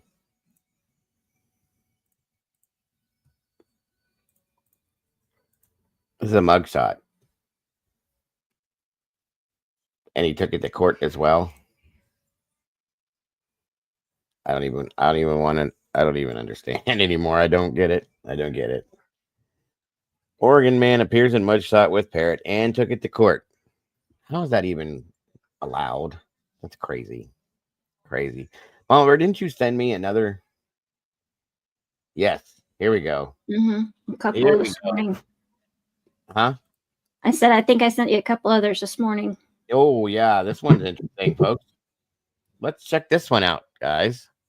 Ooh. Where do you see this? Good God Almighty. Jailed Clearwater man denies ownership of syringes found in his rectum.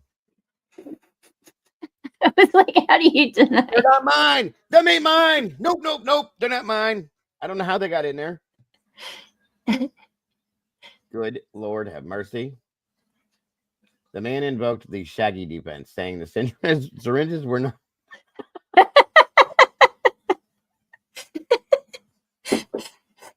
The syringes were not his. I can't. A Clearwater man arrested Friday was found with syringes in his rectum. He was being booked into Pinellas County Jail, and he told deputies they weren't his. I knew you'd get a laugh out of these, but I didn't think it would. I can't. I can't. Oh my God. Explain to me. Somebody tell me how that you even can I wanted to see the officers' faces when they found this and he Right. said it. That's what I want to know. How do you get him there, bro? Oh, I'm crying. Hold on. Karen says Yeah, sitting on pins and needles. Yeah, definitely on pins and needles. According to the Pinellas County Sheriff's Office, Wesley Dasher Scott, 40 years old, was arrested Friday on an outstanding warrant stemming from a 2018 drug arrest. Scott was taken to the Pinellas County Jail, where deputies conducted a strep search. According to the arrest report, Scott removed 3 syringes from his rectum. 3. Yeah, 3. During the search, and gave them to a deputy, saying, "These ain't mine. They're not mine. I don't know how they got there, but they ain't mine." Before being brought to jail, deputy asked Scott if he had anything on him, and he knew what would happen if he brought anything into the jail. He said he knew, according to the arrest report. Come on with this stuff. Quit. Scott was charged with introducing contraband in a county detention facility. He is being held in jail in lieu of $5,000 bond. Scott's arrest history includes multiple drug and battery charges. You're not a smart one, bro. You're just not. I'll be right back. I gotta grab a tissue. I can't see.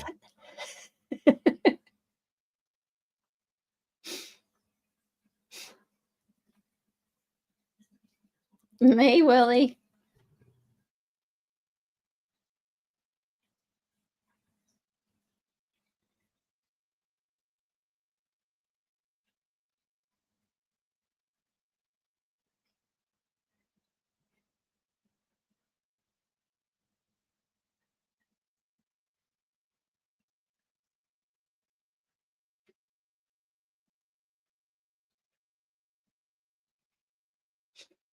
I was wondering because I was confused. I was like, huh? What's up, Willie? Good to see you, Willard. Oh my God, you guys. I can't. Wow. God bless America. America. Yep. He's definitely not an Einstein. Right, Cap? What'd he say? He said he's definitely not an Einstein. Oh my God. The look on his face says it all. Mm-hmm. Are these yours? Nope. Don't know how they got there. I don't know how they got there, sir. I must have been sleeping and somebody was shoving syringes in my bootay. My God. That was a good laugh. Thank you, Mama Bear. You're welcome. Guys, if you ever get stuff like that, send it my way. I love it. I love it.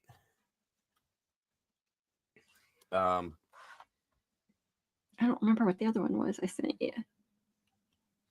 I didn't see it there.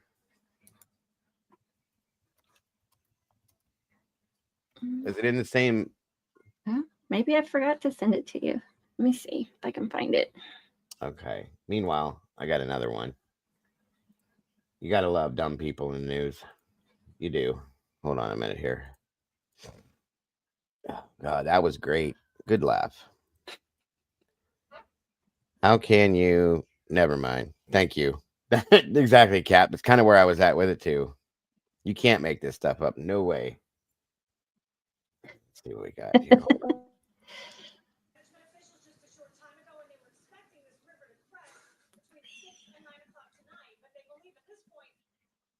This is hard to hear, but you don't even need to hear it to catch it. Watch this.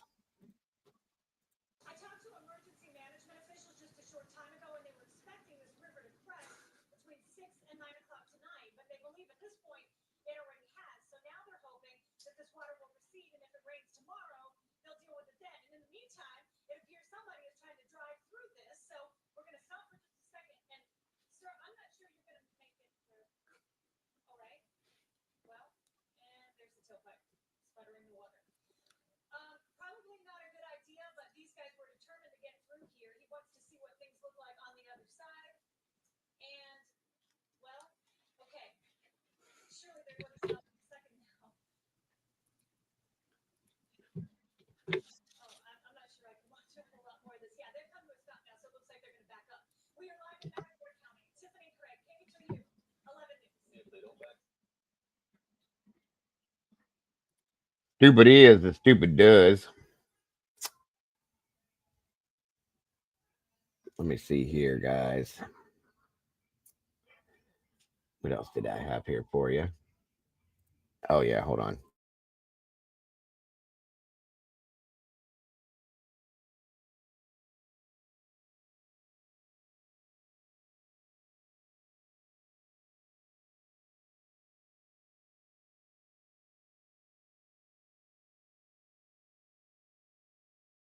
This one was kind of great too. Stupid American answering about world and geography. Hang on to your chairs, everybody.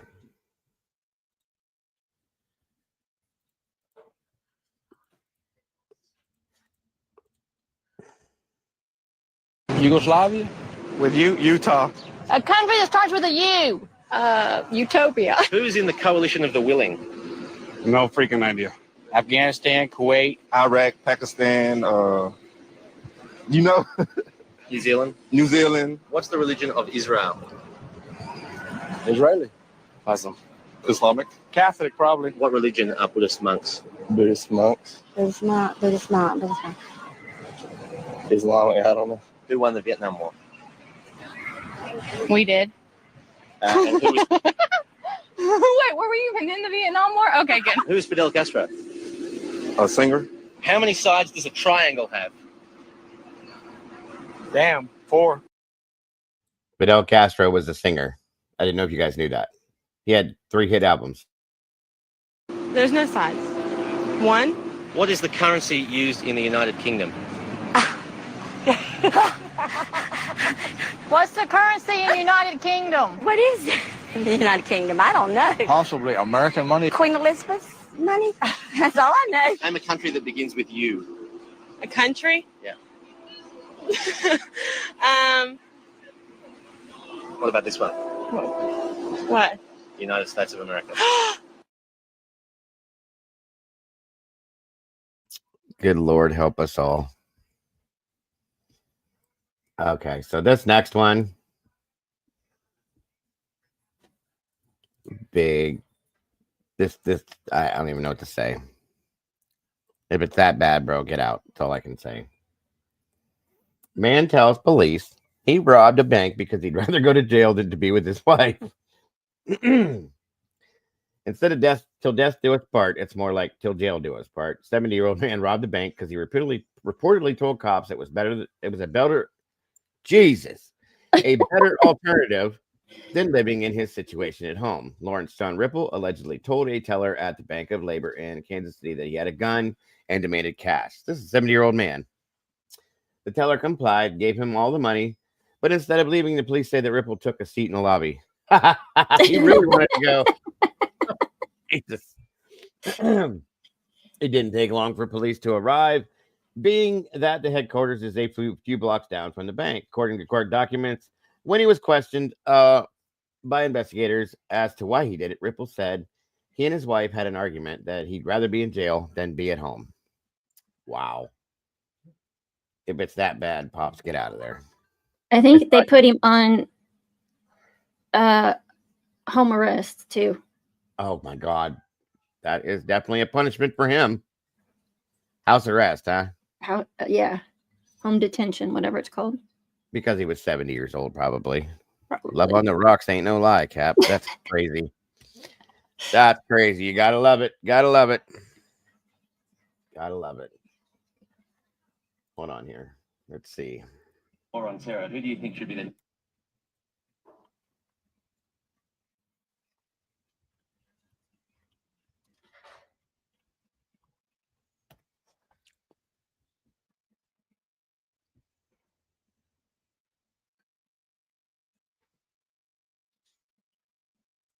One moment. Is it possible to do?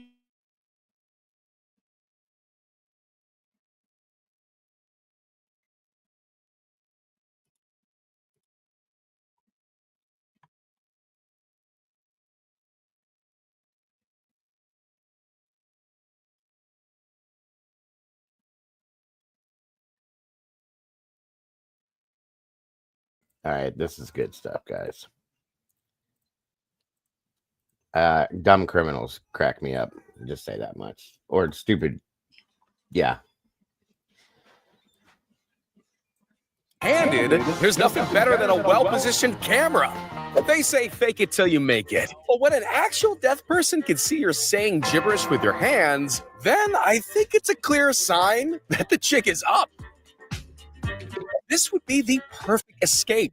Smooth, quiet, and effective. But the existence of security cameras foiled his master plan.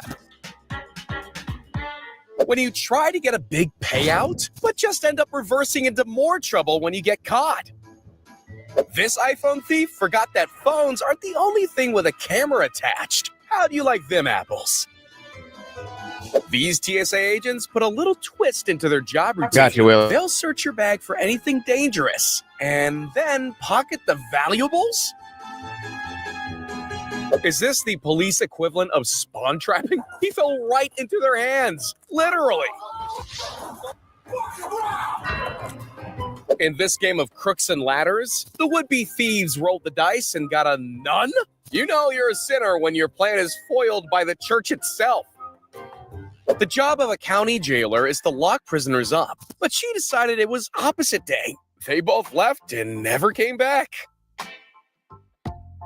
This prison escapee gets bonus points for effort, but despite such a good disguise, it ended up being an awkward undressing and horror movie fuel for the rest of us. When you ask whether it's a boy or a girl, but it turns out to be 2 kilograms of cocaine. I think the baby shower is suspended for now. When you put a musical student to work at a gas station, he just wasn't able to contain himself on the job.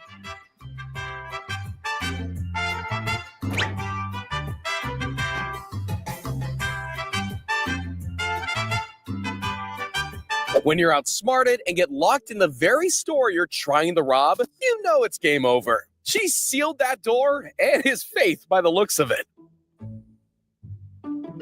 These cops made waves in solving crime when they traded water with water to deliver justice to a jet ski thief. So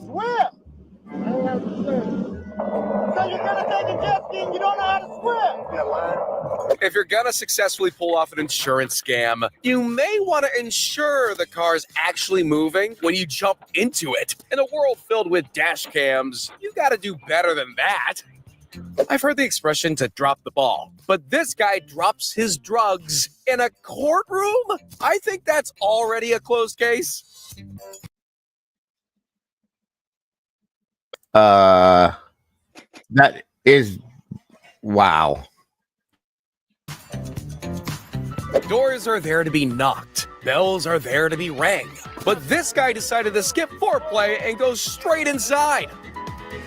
Why you come up in our house, brother? If you want to be a successful criminal, preparing for the idea that some doors are locked is important. Oh, and showing your face to the camera is also a no-go. These guys were gift wrapped for the police. Literally. Trying to smuggle yourself across the border in mattresses probably wasn't the brightest idea. After the camera picked up this vicious attack with some papers, it also caught the worst acting display ever. I mean, that's surely a yellow card for diving. What? I want to see that again.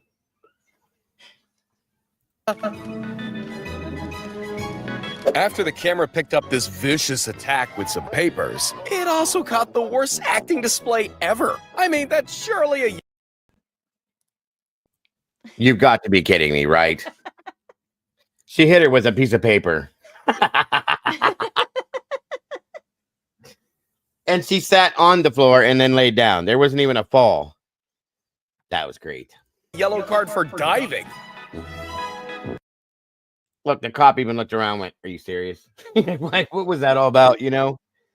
To keep out thieves, homeowners deploy all sorts of measures. Or just a regular gate. Not all shortcuts get you there quicker. Some just get you a hefty fine and public embarrassment.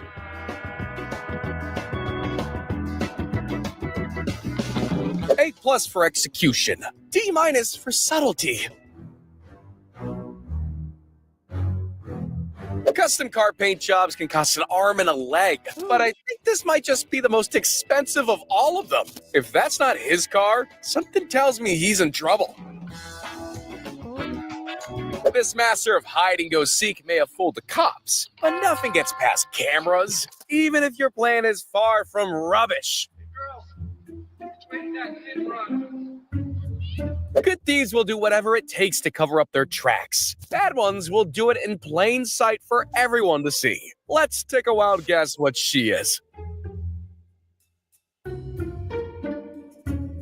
He's found a way to get into a convertible, but he's still trying to find a way of converting brain power into good decisions. She may not be able to drive after them, but with that footage, their tire heist will definitely roll to an abrupt stop. How are you doing this? There's no point crying over spilt milk. Spilt paint, though, yeah, that's definitely worth a few tears. Think you're having a bad day? This guy went from gliding through his work to mowing the water. And if the camera wasn't enough proof, the green stains in a swimming pool were. It doesn't matter if she was late to bingo. Not even grandma's allowed to bend the law. If you're skilled enough, any work can be a skate park. That was too funny. She said, I ain't waiting for nothing. Yep. I'm just going to move these cones out of my way. Uh-huh. Yeah, actually, scratch that. There isn't much worse than drunk driving, but drunk driving into a police station as if you've arrived at the party? Yeah, that's worse. I'm here. I did it. I did it. Party's here. Let's do it. Yes, put me in jail. Oh my God. What an idiot. Everyone knows the pain enough finding your favorite shoes in your size, but most of us don't react this badly. I think she's having a bad day. What do you think? I think she might. She might be mad. They don't have the shoes she wants, I guess. Yeah, it is really one way to turn yourself in 100%, bro. It's me. I did it. The dude's just standing there. What would you do? I wouldn't know what to do. I'd be like, No. okay. I guess we don't have your size. Walter White went into yard protection instead of taking on drug cartels. This is how I'd imagine it going down. Traffic lights are old news. You really want to stop bad drivers? Give them some repair costs to... Holy crap. Ooh. That's an expensive car, too. Ooh. Sorry for your Audi. Remember. I wonder who graffitied the wall with yellow paint. Probably the guy with it all over his back. His shoes. If you want to do a successful hit and run, having a good escape vehicle is crucial. Escape bicycle just doesn't have the same ring to it. Oh. That is, in capital letters, a dumbass. How Right. stupid can you be? Come on now. Like, he's just going to go, okay, have a good day, you know? Yeah. Whoever was filming this exchange was right on the money. Using a bribe has the advantages of being discreet and quiet, but it loses all its magic when it gets caught on camera. You know it's a bad plan when nobody knows what on earth the plan is. But it's also so loud that everyone hears it, including the police.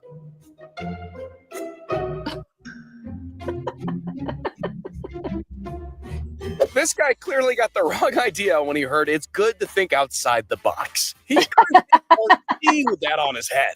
Oh no, nobody can see me. Reminds me of my cat. You can't see me. You can't see me. These people are so. These people walk around and exist with us too, folks. Remember that, okay? Yep. And this must be the world record for the quickest arrest and jailing ever. If there's any place not to shout at cops, it's on their own territory.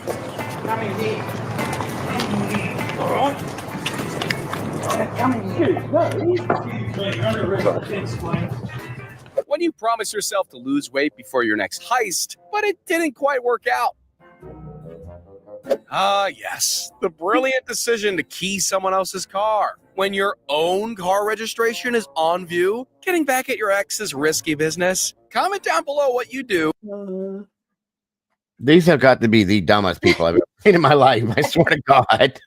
Yes, the box burglar. He'll get you soon. If you saw your ex doing this. This is what it looks like when Grandma has her invincibility shield turned to the max. She doesn't fear cars. Cars fear her.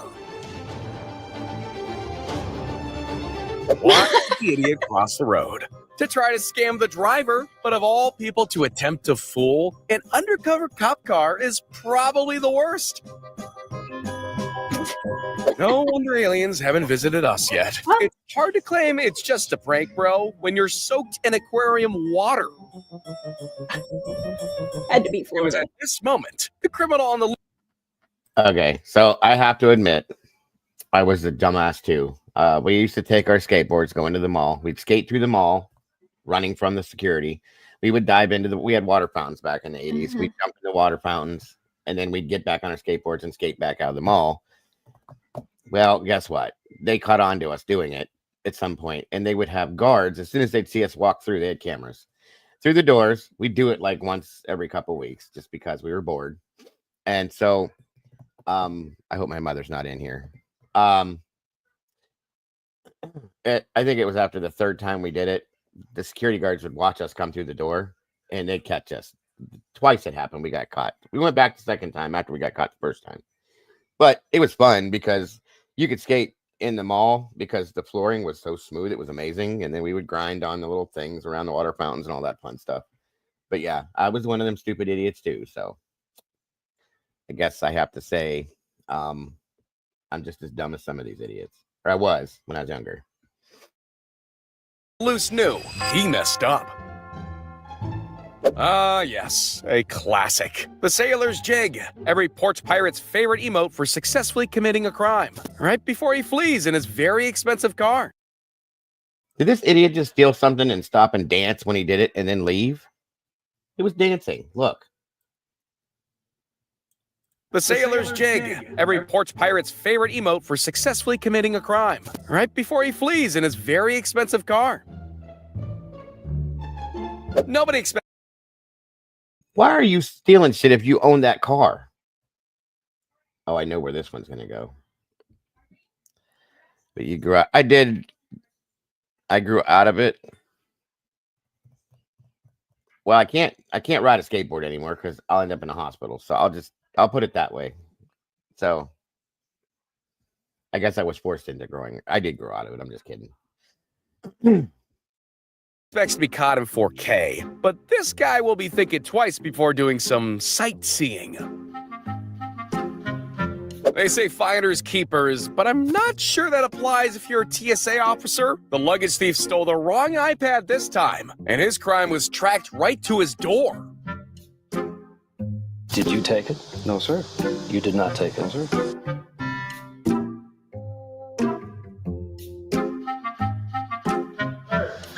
You found it. There it is.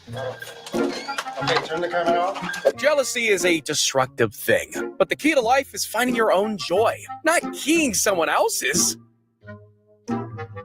If animal cruelty wasn't going to get you in trouble, breaking a car window will do the trick. It's safe to say that dog got the last laugh. Or bark. If you're going to flip someone off, your next move is crucial. Forgetting how to do a wheelie just isn't. I'd say Instant karma. That was Tomboy. Did you see that? That's Tomboy. Hold on. Or bark. If you're gonna flip someone off, your next move is crucial. Forgetting how to do a wheelie just isn't the move.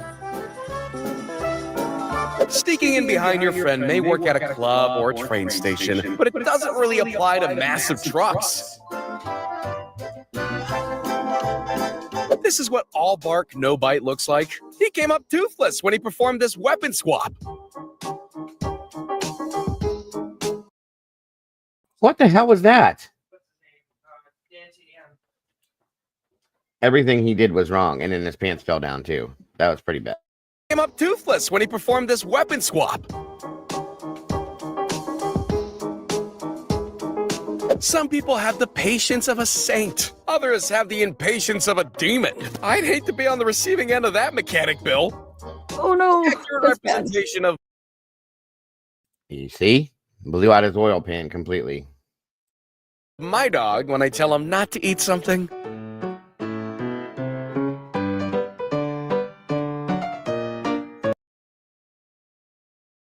Oh, that's just too much. That's just gross. We don't always need Gotham's hero and his Batmobile to serve justice. Sometimes a good Samaritan on a two-wheeler is enough. And karma can be best served in a paper bag with an unfinished milkshake inside. Giving out about someone else's driving doesn't really work if you can't even control your own car. Being able to steal his getaway ride was the plan, but the wheels never got turning for him. If you want to judge a criminal, walk a mile in his shoes. Or find something, because he'll steal yours. There's bad sportsmanship. Then there's this. He got WrestleMania mixed up with bike racing. Some cops like their donuts with extra sprinkles, jam, or cream. But the best are the ones served fresh out the oven and delivered straight to their car. What goes around comes around, sometimes right in your face. This taxi driver has a strict policy when it comes to litter bugs. If you throw trash out of the car window, then you'll join it outside.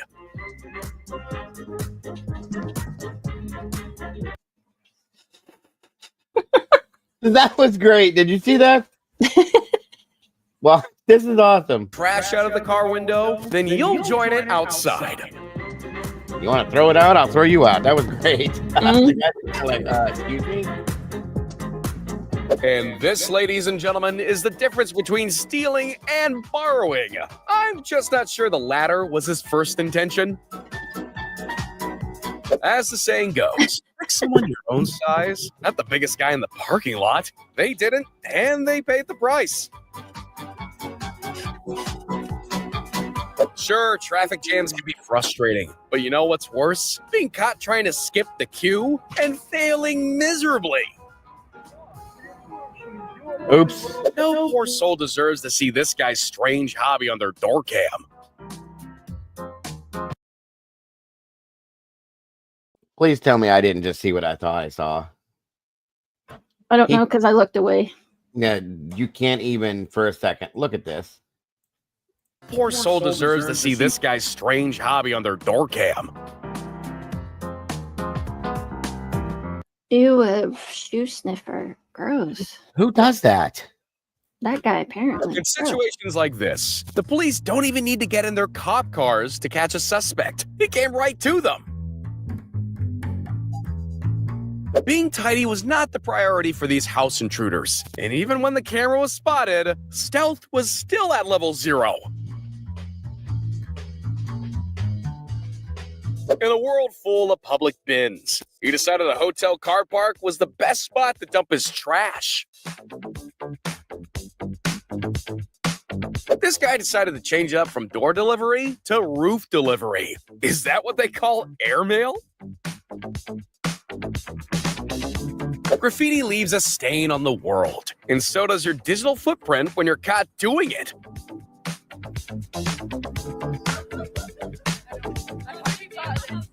With the getaway car ready and waiting, all he needed to make sure was it wasn't just sweets in the passenger seat bag.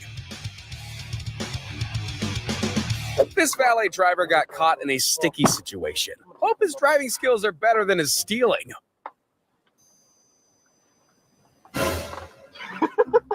When you try to break the rules of the road, it's best to that was classic. The dude was like, no, I'm not taking it. Sorry. avoid the enforcers. I've seen smooth criminals, but that's the smoothest police interception I've seen. On this random hot Tuesday morning, one worker thought this cop needed a cool down. Museums are where history is immortalized, just like how a video of you vandalizing a display will be on the internet forever. Getting a taxi home can be expensive, but when a perfectly good chair is left out in the wild, it's finders keepers from then on. If you're ever caught in the act of doing something... Wow, these people are so dumb. Next up, what we got here? Oh, Jesus, this is interesting. I saw this before, too. Gotta love Mama Bear. She's been finding all the good stuff today. How about this one?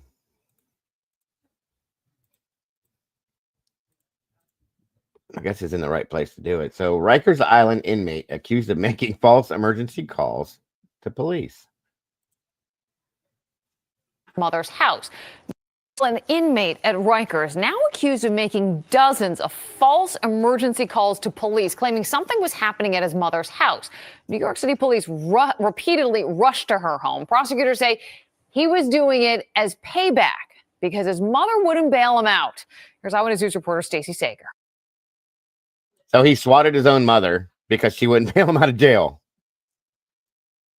Yep. It was really so frustrating because I didn't know what was happening. I didn't know who was doing this. Until she realized it was her own son, 34-year-old James Truell, an inmate at Rikers, awaiting trial for multiple armed robberies and hoping to make bail. But his mother, Christine Black, tells us she couldn't afford her son's bail, and Truell, who suffers from mental illness, wasn't happy about that. And so police say he began abusing the 911 system from Rikers to send police racing to her home on fake calls, otherwise known as swatting. The emergency calls were coming in, and I didn't know who was sending these emergency calls to my home. That there were people being shot, that there was a gun, they wanted to search the house, there was man down, ambulance would come. Christine's roommate says at times he feared for his life because cops had their guns drawn. I said, don't let him in no more because I don't want to get killed in here. It happened 31 times since September of last year, 31 calls to 911. So how did he do it? Well, police say Truell called 311 from Rikers, which he's allowed to do, and urged them to transfer him to 911. In a statement, the Department of Corrections telling us this was an unusual circumstance and does not occur often. We believe that providing 311 is crucial to give those in custody a necessary outlet to raise any concerns. Right now, Christine's concern is for her own safety and her son's mental health, because he's now facing 31 counts of reckless endangerment and false reporting on top of his felony rap sheet. It was like 31 times. They didn't, like 15 calls prior to that, they didn't put anything together. It was the same address. That is absolutely insane to me. How stupid can you be? Unbelievable. I was like, I wouldn't pay his bail either if you're going to get me swatted 31 times. Thank you. What the hell? What is this one? I don't remember. Sheboygan Beer Garden. You sent this one to me. Do you remember? Oh, the toilet clogger. They caught the toilet clogger, the infamous toilet clogger. You got 150 days in jail, guys. Let's see here. It was just a weird one. They all are. These people are nuts. Hold on.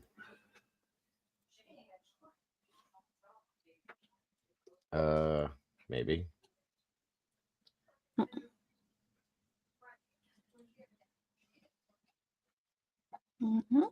Is it What's happening to the Sheboygan Beer Garden? No. Probably. It's one of those you have to pay for. It's okay. It's okay. It's okay. Sucker. Nada cuelo se layo in the morning. Some dumb peoples out there, guys. Some dumb peoples. Mm-hmm. All right. So the moral of that story was he just got the urge to shove things in toilets. Yes. And they gave him 150 days in jail. I was like, okay, that's. Let's see. Oh, this is a cute one. This one's cute. You'll like this one. Hold on.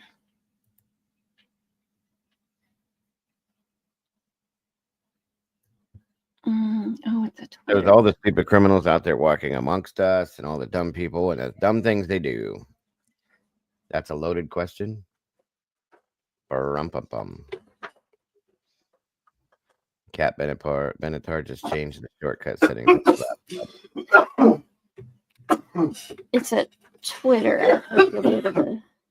I usually can play those. Give me yeah. Oh no. This is cute. Let's see.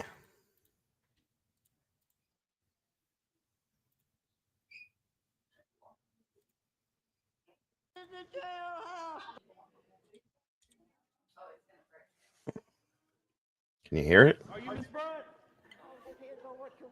Here's what I want.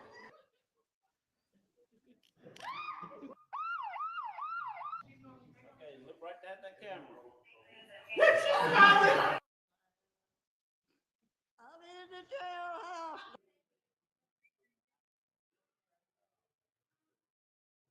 Are you Miss Broad? Oh, depends on what you want. Oh, here's what I want.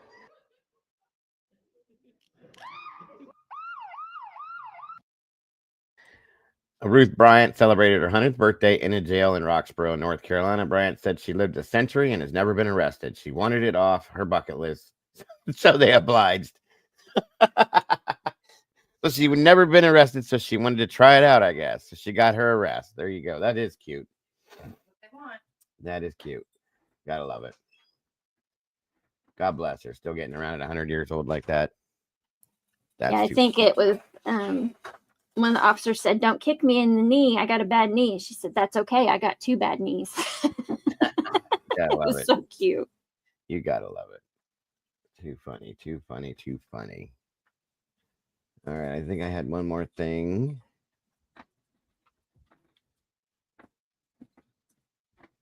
Oh, I did have some more of these. I love these too, by the way.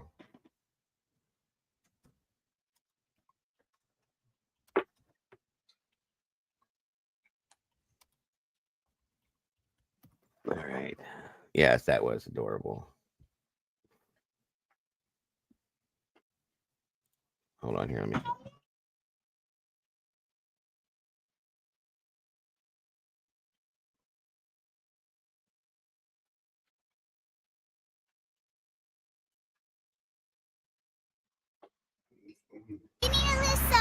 Wait.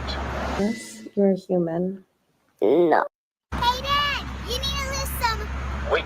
Yes, you're a human. No. You are. It's okay. Everybody's a human. I don't want to be. It's okay, Atlas. It's not. It doesn't mean anything bad. It's just like mommy and daddy are humans, and I don't want to be human. It's okay, buddy. It's not a bad thing. It's just what you call people. You say they're humans. No, you don't want to be a human? No. What should you be instead? It's on me. Okay. It's okay, buddy. You can just be Atlas. That's okay. Oh, that is just I'm singing a song right now. I'm singing a song right now. A song. Just a city boy. Okay, look at me, Anna. You're being sassy. I'm not. Yes, you are. You're being sassy. I am Anna.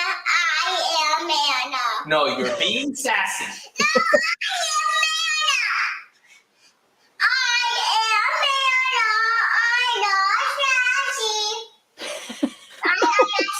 What is on your head?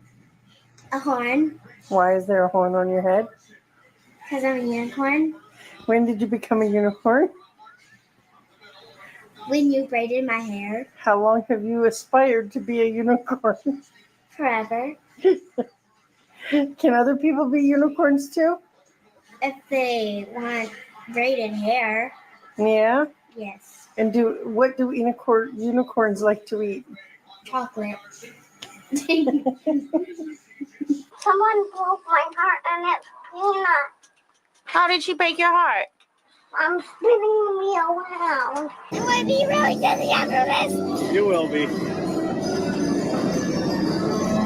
spinning around. I hope I get off this thing. So please don't take my sunshine away. I love you. I love you too. Are you crying? I can't. Why are you crying?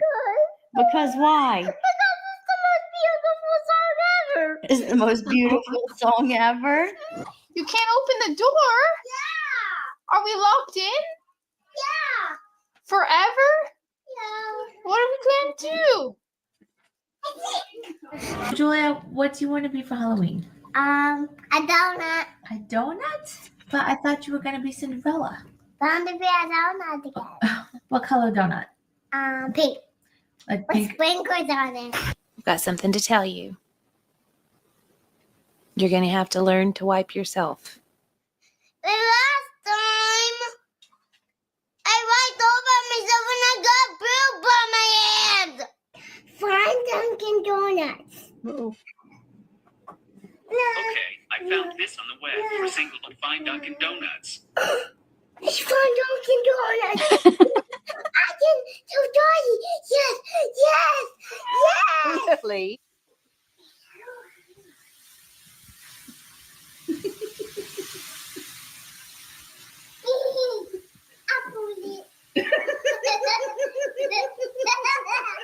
I'm a what? You're savage. I'm a what? How savage? You're 100%. How savage? 100% savage. Savage? Like real savage? Like super savage? Yes. Like super duper savage? Yeah. Are you gonna cry? Huh? You don't sound very savage. Happy birthday to you. And I wish I was never constipated again. You're not supposed to announce it, but now it's not gonna come true. Dad, it's not nice to eat my ice cream. It's not nice to eat my ice cream. Daddy ate your ice cream? Yes, and now I have no more ice cream anymore. Ladies and gentlemen, this is what happens to the next generation when we don't educate them about vegetables. Candy corn is not a vegetable, sweetheart. Yes it is. Mom, little Jimmy died. We had a ceremony a few minutes ago. He was a great tadpole. I'm sorry he had to leave. But other than that, it's going to be a great day. They might put like a hot dog. It's like a hot dog. Yeah. When you're driving, you want to keep your hands at 10 o'clock and 2 o'clock because that's the safest way to drive. Yeah, but right now it's 4:40 and you basically just took your hands off the steering. Mom! You can't take a picture? No! Why? Not right now. You can't take one picture. No. I already took one picture. You can't take one more? This is the last one. Okay. Don't do it, SpongeBob. Don't do it, SpongeBob. Don't do it. I don't want that one. I want alcohol. You rather leave? Lisa, you can't have alcohol. You're 3 years old. I want alcohol. I like alcohol. It's poop. What are you talking about? A poop. Show me. Poop. Yeah. This is poop. Duffy, that's a Twinkie. No, that's Twinkie, not poop. What is this poop? Go like that. Go like that. Son didn't brush his teeth. This hamster got fired today. Kicked out. You are kicked out. Exit. I got pimples on my face. You do not. I do. Oh, I do. you don't have any pimples. I do have pimples. Santa's breath stink. Oh no. Does he have to brush his teeth? I think he did. That was not the real Santa. I think I think Santa has a brother. He's a brother. That was his brother with the stinky breath. Yeah. What's the kitty say? What's the doggy say? What's a cow say? What's mommy say? No. Happy birthday to Dada. Oh, my butt's hurting. P P N N O O. piano. Banana. He's gonna walk up the hill. And eat spicy food. A spicy boob. Food. No! Call Daddy. I don't know who your father is. In fact, I don't know who you are. Who But are you you? can tell me. In Siri settings, tap on my info and then choose yourself from your contacts. Tanner. Sorry, I don't see Tanner in your contacts. No, Tanner has to call Daddy. He's his father. I don't know how to respond to that. No, he's my son. He's my son. I'm not your son. My dad is my son. And I'm my own grandpa. I was going to say, poor kids get Yeah, all me kinds of confused. confused. Right. I'm not sure I understand. I found a frog. Is it alive? Yep. What's it doing? Is this sitting on carpet? How'd you find it? I went by that door. I opened the door, saw a frog. I didn't know. Why are you sad? Then I want to go to Sweden and I don't know how to speak Sweden. Swedish. Did you have a good day? Yeah. Was school fun? He learned how to wipe his butt. The teacher didn't teach him. And he went to use the restroom. Get right, you sausage ladybug. That'll make for a good day. Why your fart smell so bad? Because I What you been eating like that? porcupine beans. Porcupine beans? No, pork and beans. Pork and beans? Yeah. What you doing, Nana? Can Daddy have the ice cream? How about now? I'm a savage. Cheeseburger. Tastes like what? Cheeseburger. Cheeseburger? Yeah. I told you to stop running, right? I said no. Why? Because I said no. Mommy had about pooping it went.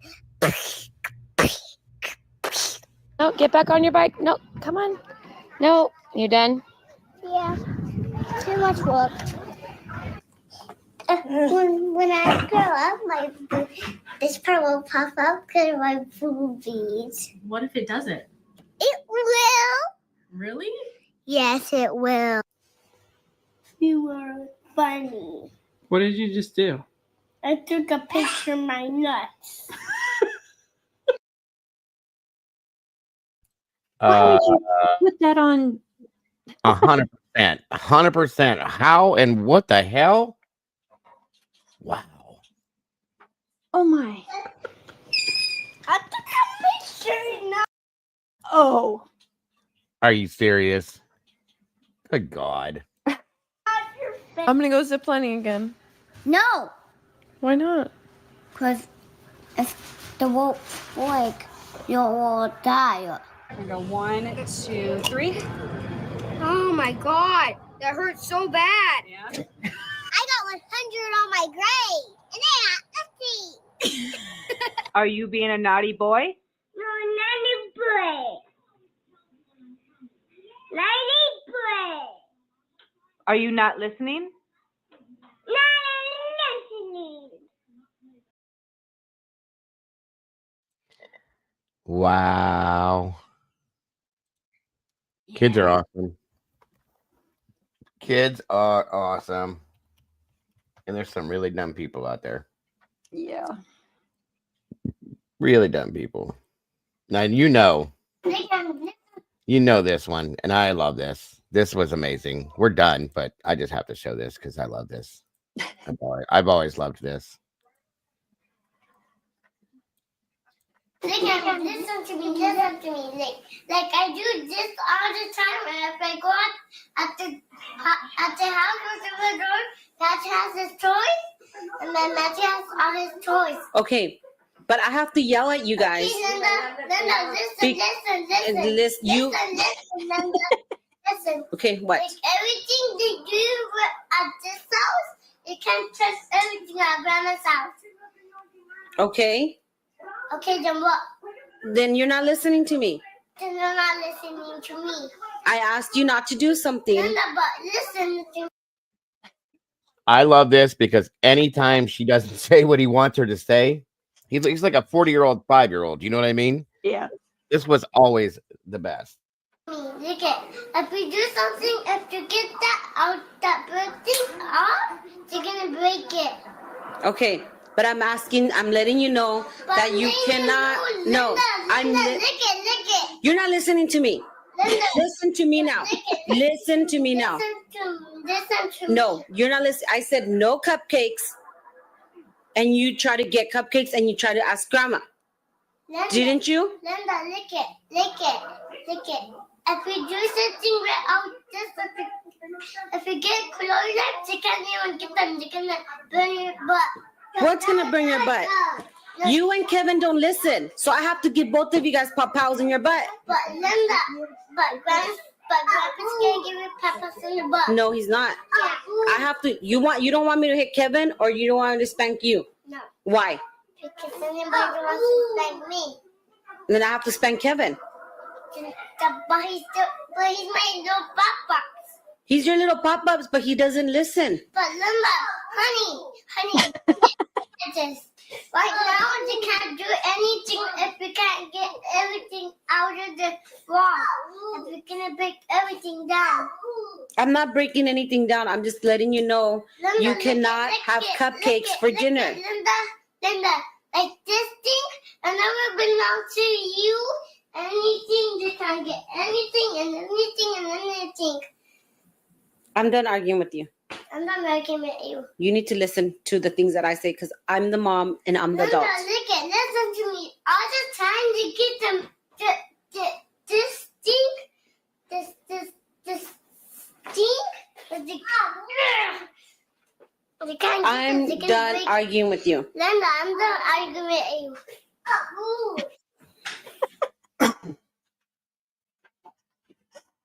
Oh my goodness, he's cute. You're muted, dude.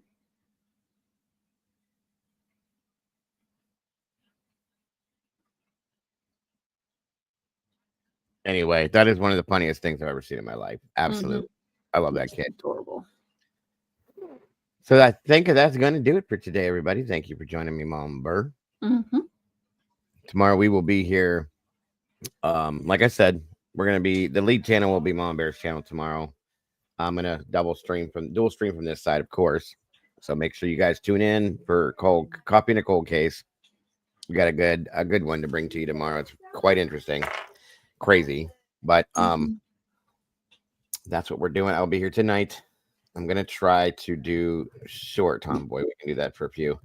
I'm gonna try to do the Creepy Unexplained and Scary Saturday on Sunday, later on this evening. So look forward to that if you guys are interested. Since I slept through it last night, I have to make up for it. That should do it, though. Anything, Mama Bear? Nope. I'll just see y'all in the morning. Sounds like a plan. You guys are awesome. No, you didn't miss it. I missed it because my grandchild put me to sleep last night again. So I will see you guys here shortly. And everybody else, thank you guys for joining us. Don't forget to love yourselves and love each other. Don't change that. And you guys are beautiful people. And we will see you guys very, very soon. Bye-bye, y'all. Bye, guys. See you in the morning.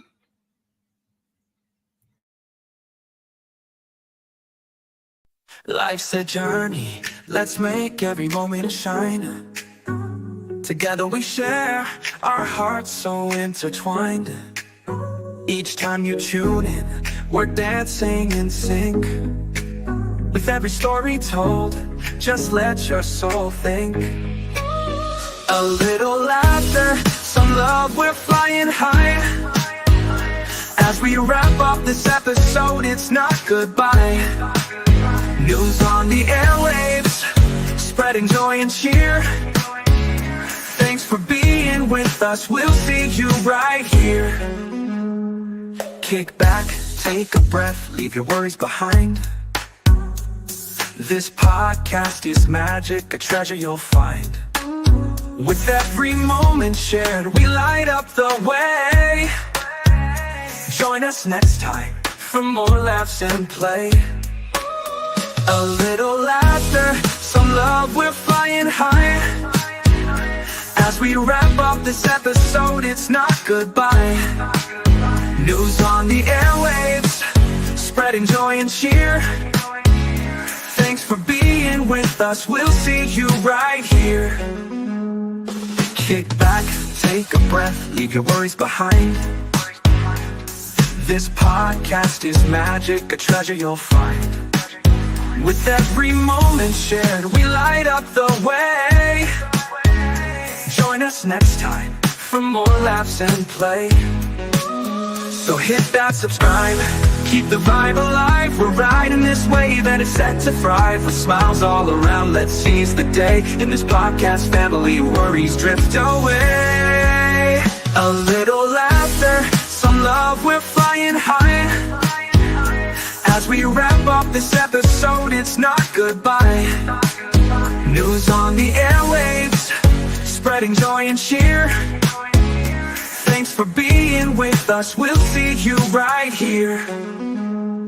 So gather round friends, it's time to reflect. In this joyful moment, what's next to connect? Let's cherish the laughter, the joy that we spread. Together we'll thrive until our hearts are fed. See you next time with stories anew. Can't wait to share more with all of you.